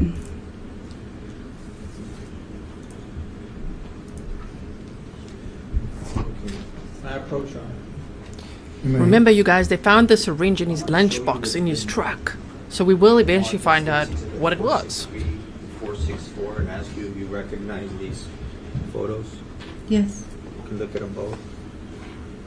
yes, Did you take those photos? yes. She like kind of flinched a little bit, you know. So uncomfortable. These have already been admitted. Now, did you come across recently an additional photo that you tendered to the state? Yes, When was this? a Saturday afternoon. Okay, so just this Saturday, you came across another photo in your phone? Yes, Okay. Yes. Very smart lady taking pictures is Becky G. Yes. That's Yes. State's Exhibit 484. Do you recognize that photo? I took this picture. You Yes. took that picture? Yes. Also, It was outside my mom's house days after the incident, okay. and I was telling my sister to take pictures on a daily just so we can see what's getting better or worse. So you wanted to document the injury. Yes, that's correct. So the first two photos I showed you, those were actually that day. Yes, that's correct. And this was at Days after. Days Mhm. after. Okay. This one has not been amended, Your Honor, but I'll tender it to you. What number is that? Yeah, 484, and, I'm sorry, I missed this one, 484.1. Which was Yes. also What a brought brave- to us. That's correct. Aunt, That's courage correct. of a bear. This was also taken by you Yes, and just recently discovered. yes, Saturday afternoon.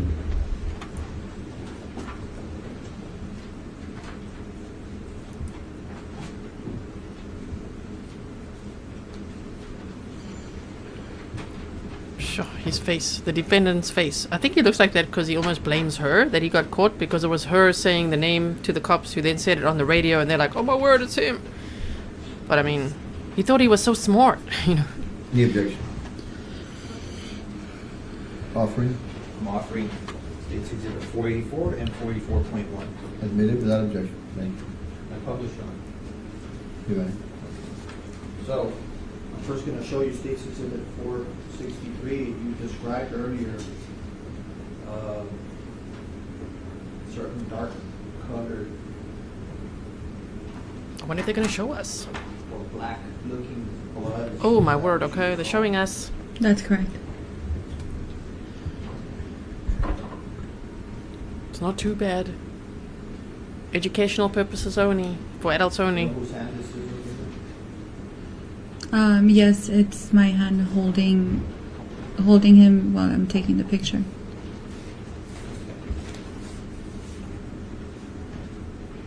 also going to show you this 464. What are we looking at here? His left side, outer side of his thigh, where the puncture or injection wound was at. Yes, very Raven. This is states 484. Same side, left side of his thigh. That looks hectic. And 484.1. Same side, my nephew's left side of the thigh. How, being that you were around your nephew, how was this injury affecting his mobility?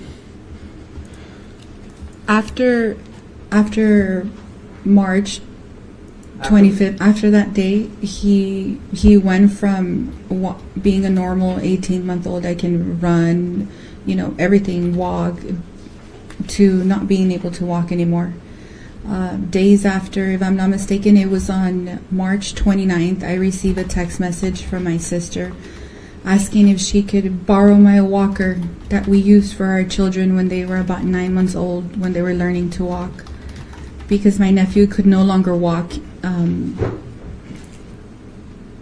wonder what it was. We're gonna find out. Did you guys engage in communications again by text regarding the leg or the injury to the leg?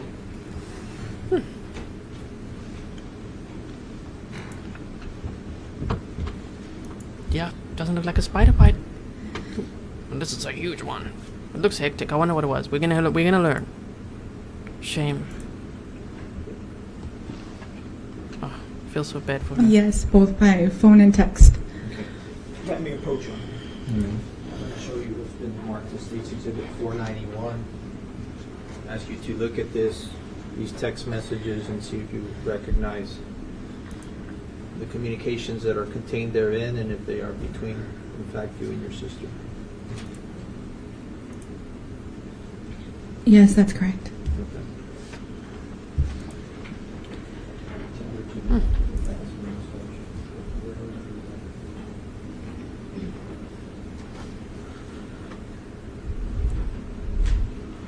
Any objection? Move to admit State's Exhibit 491. Right? It'll be admitted without objection. And for the record, Your Honor, we also redacted any communication with persons outside. Yeah, right. Mason, right? A spider with one fang. So just hang in there, you guys. Well, I'm sure we'll find out during this trial what it exactly was. Because they did find the syringe in his lunchbox in the truck. Yes. So, In a gym bag.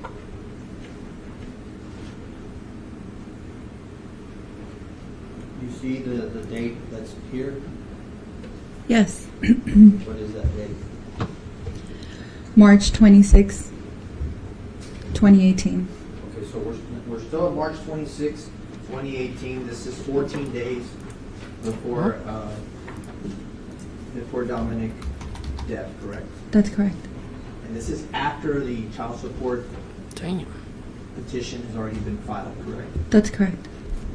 Look at that. He's all worried. After the meeting between Dominic and his father for the very first time they meet. That's correct. So tell us what's going on. These are texts from my sister. She texts, "Hey, Dom's dad is asking if he can get necrosis. He's all worried." Wow. He's all Okay, worried. what is necrosis? So going back to the suspected insect bite, necrosis basically is when your skin starts deteriorating in the inside.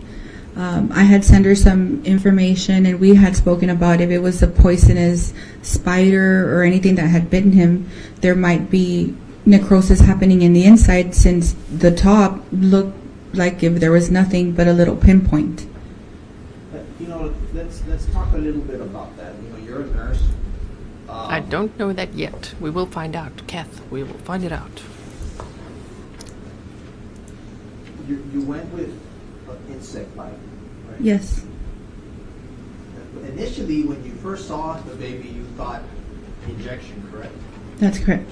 And what was the main reason why you went back to it being an insect bite? Because she told me herself that she had not taken Dominic for any injections. So I trust her. That just went out the window, no injections. So I'm seeing black blood. I'm thinking something bit him.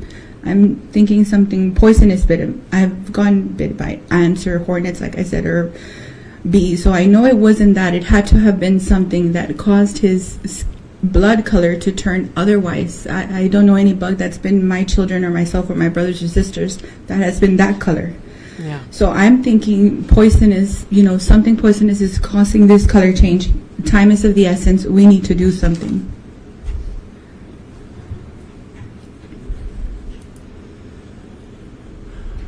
Now,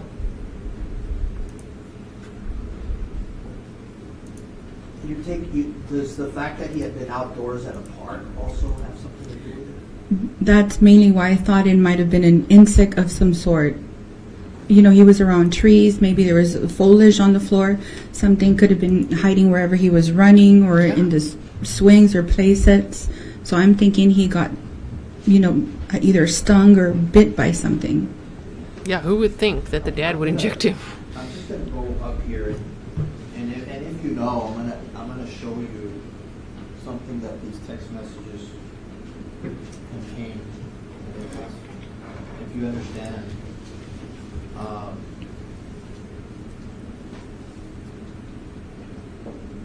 Of course, we've had our meetings. You and I have met, and we met with the state prosecutors, correct? Microphone. Yes, Mic check for the prosecutor. And I know it's been a long time since this happened, right? Yes. Now, if you notice up here, it says, can you tell us what those three letters are? UTC? Yeah, UTC. And given, do you recall it being explained to you that you have to do a conversion as far as the time? Yes. And that it's 5 hours behind?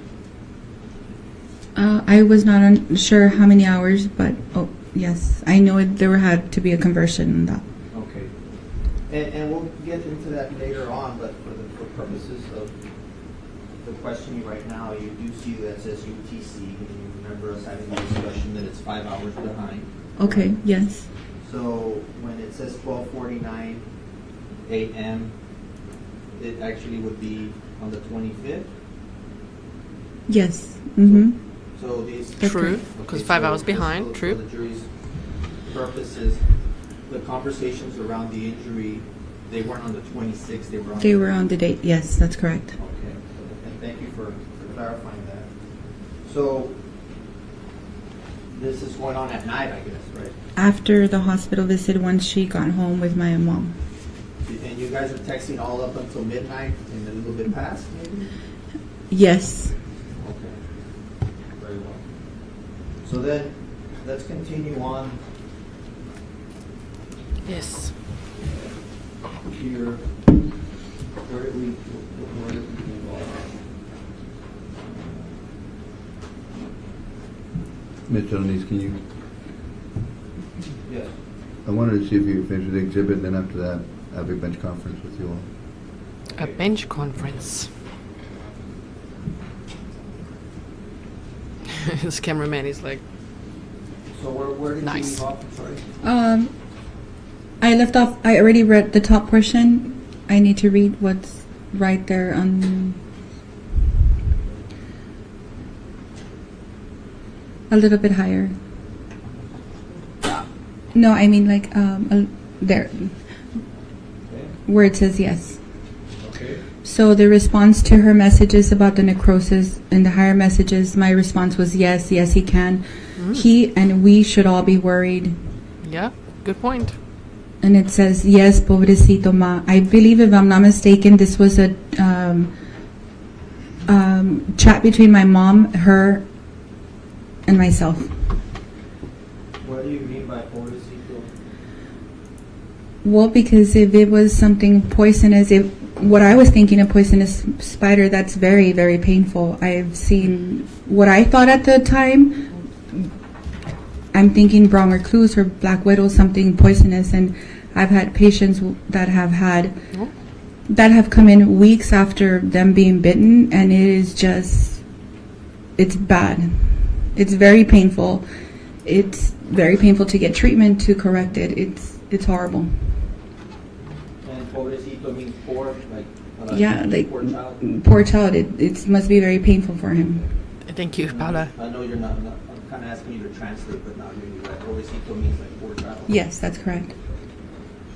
And then, keep going.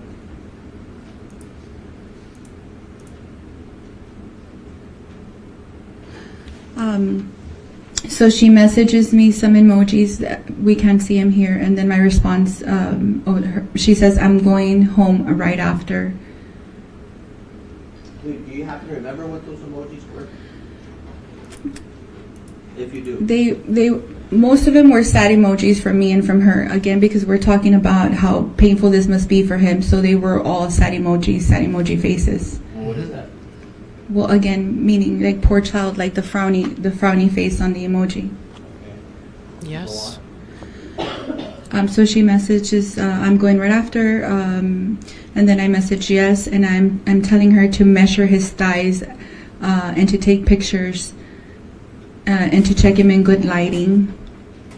Oh, so I say just measure his thighs and take pictures, check him in good lighting. She responds, yes, I will, with some emojis, and then I respond with emojis, and then I respond, keep me posted. And this goes late into the night of the 25th, correct? Yes. I don't know Spanish, you guys. I'm just using Google Translate.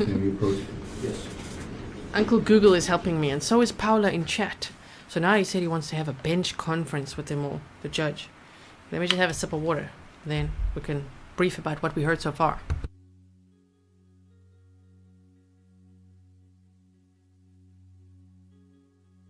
I've got a water bottle the size of my head, bigger. Yes. Okay. So I don't know what they're talking about right now. Maybe they're trying to figure out, is this the only witness for the day? Is it going to be lunchtime? Or what? So, pobrecito ma means poor thing, poor baby. Okay. I just want to see also Texas time now is 12:25. Now, what is he writing? Bro, what kind of notes you taking there? All right, members of the, if you can just remain seated while we do this. Okay? Members of the jury, we're going to go ahead and cut off for lunch. See?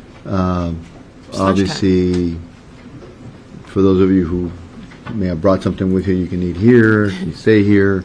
Those of you who plan to go out to eat lunch, just make sure and be back by 1:30, so we can get started once everybody's here present, okay? Oh, by 1:30, okay. Remember that when you go out, if you happen to go out together or with anybody else, but the instructions that I gave you, I think this is the third time I gave you the instructions.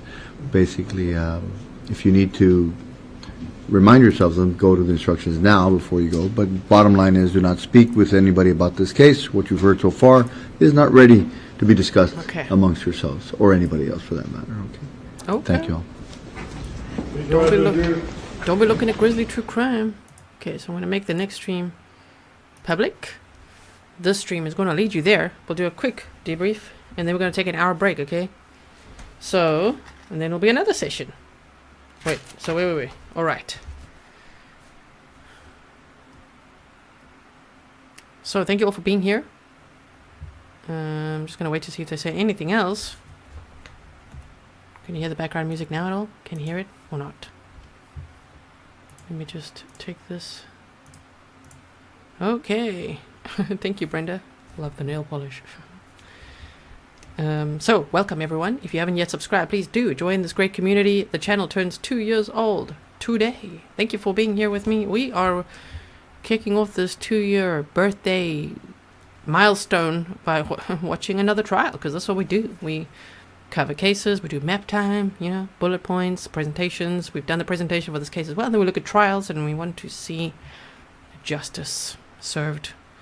And in this case, whoa, it's a death penalty case. So that's quite hectic.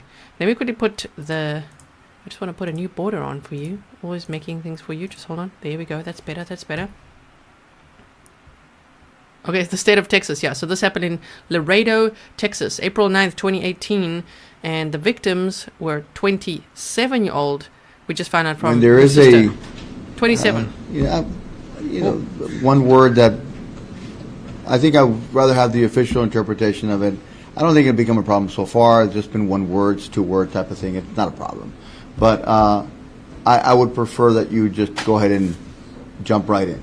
His mug says cowboy. I always wondered. Just interject with your interpretation. There's his mug. It says cowboy. I would read the whole message that includes the word. Yes. And what I'll do, Your Honor, I'll wait. Maybe a slight pause. I'll pause so that she can say that. Thank If you, she's Magnetic for my Janet. pause, she can say. All right. That'll work. Thank you. Perfect. Thank you. Okay, so I'm going to continue on there. Thank you. Okay, so let's do it like this. We'll put the sound off. I'm going to do it like this. And I'm going to be over here. Right. So, what was I saying? So the first witness was Grizelda's sister. It's Grizelda, is that how they say it? But I'm going to try my best. Okay, Grizelda and Dominic are the victims. They were murdered on April 9th, 2018. And the accused, the charged, is Ronald Anthony Burgos-Aviles. He was a Border Patrol supervisory officer on duty that day. And we found out a lot today. So if you missed out from the beginning, make sure you check it out. But yet I'll put a timestamp when the court actually started, because there was an hour and 15 of waffle time before the court actually started. We were anticipating the start, right? So the thing is, her sister, the victim's sister, was the first witness now so far called, and I guess she'll be back again later. What an excellent witness. We send her so much love and support, right, guys? If you want to share the little white ribbons, there we go. Grizzly Cat, thank you so much. If you don't know why we're sharing this, I hope you'll find out from the stream. The white ribbons, the family, they all wore white ribbons at the candlelight vigils, and they've been wearing white ribbons in support of the victims. And then the tiny Baby Yoda is because Dominic, the baby, was wearing a little Baby Yoda shirt, and the shirt said, "How lucky I am," or something. "Lucky I am" is what it said. Shame. Melissa, happy anniversary, G. You're amazing. Thank you so much, Melissa Coolvint. Is that how we say that? Thank you so much. Okay. So, her sister Angelica is 9 years older than her, and she said that Grizelda lived at home, like as in with her mother, and she had 2 kids, Dominic and then Jaden. Jaden was 6 years old at the time. Dominic was born July 26, 2016. This we already knew. And lots asked in the chat, did she get child support for Jaden? That we don't know. We don't know who the dad is of Jaden and if she got child support for him. So I also wrote down the address of the defendant at the time, because we know that he went home after committing the crime, allegedly. He went home and then was spotted on neighbors' cameras in shorts and tennies, went in, shower change, whatever, came out. And it went again to work. So I want to see how close that is when we do more map time. And they have communication that happened from Facebook, Snapchat, Instagram. Grizelda had all of those social media platforms. And apparently she met this guy on social media. Which, you know, as conservative as we might sound, you know, I'm 39 years old now. And if I was talking to teenagers or whatever now, I'd be like, don't, be careful of online dating. So, you know, like meeting people online. It's a red flag, right? So especially the coercive controllers and DV aggressors, they're all hanging out, predators hanging out on social media, fishing, you know what I mean? And they do the love bombing thing, the charm, the everything, right? So just be mindful of that. We're not victim blaming. We are learning content for educational purpose for adults only. We're trying to learn from it. No amount of victim blaming or shaming on this channel. We only show the victims and their families lots of love and support. But we want to learn so we can all stay safe and help others to also stay safe, right? So the thing is, on March 25th, which was what I call the spider bite incident day, right? Grizelda asked her sister, "Can I use your car? Because I want to, Anthony." She knew him as Anthony. Anthony wants to meet his son. And she's like, why? Like, why all of a sudden? Because in February they had a huge disagreement, and he blocked her on all social media. Which is, again, that like what we would say, I guess, loosely, the narcissistic discard. Just like, gone, blocked, out of my life, right? Don't want to deal with that. So she said, well, you know, he says he wants to meet his son, and she doesn't want him to not pay child support. She needs his help with child support. So she said, and I wrote this down, so might as well or what? Be careful of that, you guys. You know that feeling when you know, I don't know, it's a little risky, but like, might as well. Because someone said it in chat earlier, we tend to, I can't just say as women, I mean many women, but as human beings, downplay the red flags, the gut instinct, everything in our own mind by saying, well, might as well. I mean, maybe I'm overreacting. You're probably not. Listen to your gut instinct, right? And so her sister, Angelica, was very worried about it and saying, well, why does he want to and where? Is it a public place? So she asked all the true crime questions, you know. Is it a public place? She said, yes, it's at a park. It's at Winfield Park. He wants to go there, and then little Dominic can play there and everything. And the worst is that when they were there, and then Grizelda went to the car to go and fetch a sippy cup and snacks for her son. And she thought, wow, look, dad and son are bonding. He was holding Dominic, holding him and talking to him like, I don't want you to end up like me. Like, I was raised by my grandmother alone, and don't worry, you'll never be abandoned. I'm going to take care of you. And while he's doing this entire speech, he's busy injecting his son in the thigh with something. We're yet to know what. We don't know if there were blood tests done at the hospital. We don't yet know what he injected. We will find out at some point. If you know, if you're local or family and you know, please let me know. You can also email me if you want to remain anonymous. Just know I get a lot of emails and I don't like admin, but I do read them all. So don't be offended by the auto response. Number one, that means, yes, I got it. I see it. There's a response, right? So send me an email, grizzlytruecrime@gmail.com, if you want to say things that you don't want to put in the chat here. Anyway, and so, whoa, we'll find out at some point what happened there. But the thing is that Angelica was a nurse, and as we know, Grizelda wanted to continue pursuing her studies as a nurse too. So it's like a family of nurses, right? And she was like, wait, what? When she came back from the park, what happened? She's like, no, you know, she cut it short. He was crying, and he's saying, owie, owie the whole time. And so Angelica checked him out, like, okay, what's up? Let's flip him around, you know? We're looking everywhere, and she's like, oh my word, he has a mark on his leg, which we now saw photos of as well. And how sickening to think that the defendant, Ronald, who's told them his name is Anthony Burgos-Aviles, actually texted Grizelda and said, I'm really worried about him. Can he get necrosis? Which is like the flesh dying, as we all said in the chat. I'm really worried. Like, wow, can he get that? I mean, what in the hell? Now he's acting worried or what? Or is he hoping for that? Or what is going on there? Whoa. So that's what we know so far. Now they've paused for lunch. For me, it would be dinner. Right now it is 7:35 p.m. Okay, in the Netherlands. That's in Holland. That's in Europe, not New Zealand. So, and I'm South African, in case you wonder. You don't sound Dutch. Yeah, I'm South African, living in the Netherlands with my Swiss husband. Yes. No, we didn't know we were going to be here, but here we are. So, okay. CNSD says, I use Google Maps with the address. Did you look how close it was? How close was it? I missed that. Sorry. Okay, so now the thing is that this stream will be leading you to the next stream, which will be the afternoon session.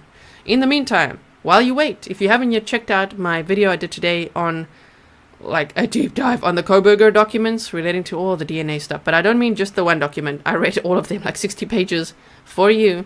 Okay, the whole backstory of like, what is the defense? What did they file? Where did they get the experts? What did the experts suggest they ask for? And what is the hearing for Koberger about tomorrow? That's happening at 1:30 tomorrow, 1:30 p.m. in Idaho time. And Idaho's got 2 time zones, so you got to look Moscow, Idaho, just to remind you all, okay? So we don't argue about the time tomorrow. But I think we'll probably be live with the trial. We'll see. Anyway, so go and watch that if you haven't yet. It's under the video section. I've also put it on the community tab. On the community tab and on Patreon, by the way. I put some stuff on Patreon earlier today. On the community tab is also the article link for the update on Nicola Bully's inquest, as well as I made a YouTube short for you to check out. So there's lots to keep you going while you wait as I go and chew my quinoa salad. Okay? That's what I'm having for dinner, and I can't wait. And then I'll be back. And if I have some time in between, which I don't know if I will, because we're already coming back in like 40 minutes. Once we're back, I was going to say in between, or sometime, maybe later, whatever. I will try my best to get some documents soon. Maybe I'll email even tomorrow morning if I don't have time today. Thank you to everyone who donated, you know, stickers for the document fund, because some of these documents they say here, in this case, it's $1 per page. So I got to go through the menu, see what we can order, and do that. So wish me luck with that. I'll be working on that in the next 24 to 48 hours or so. And thank you for joining me for this trial. If you don't want commentary at all, then Law and Crime Network is streaming it, just streaming it. Okay, them and Court TV have got the cameras in the courtroom, and so I will link the original stream as I always do when I do timestamps. Okay, to them. If you want to be here, then I do commentary and I talk quite a lot over it, more than usual. I'm making commentary as we go because I'm like what. So thank you so much for being here. All right, so are you ready now to be redirected to the next stream? I'll make sure I put the link in the chat for you. Wait for it. Here it comes. Are you ready? Next stream here. Next stream here. Here we go. Putting it in the chat. Thank you, mods, for everything you do. If you want to buy the mods a coffee, everything, all the ways to support me, the moderators, everyone, is on my website, grizzlytruecrime@gmail.com. Yes, it's JNB says, Love G calling the document source the website a menu. It's going to be looking through that document menu to see what it is we want. Okay, so see you back in about 40 minutes. 45 minutes. See you back in 45 minutes, okay? Thank you so much. Okay, bye, everyone.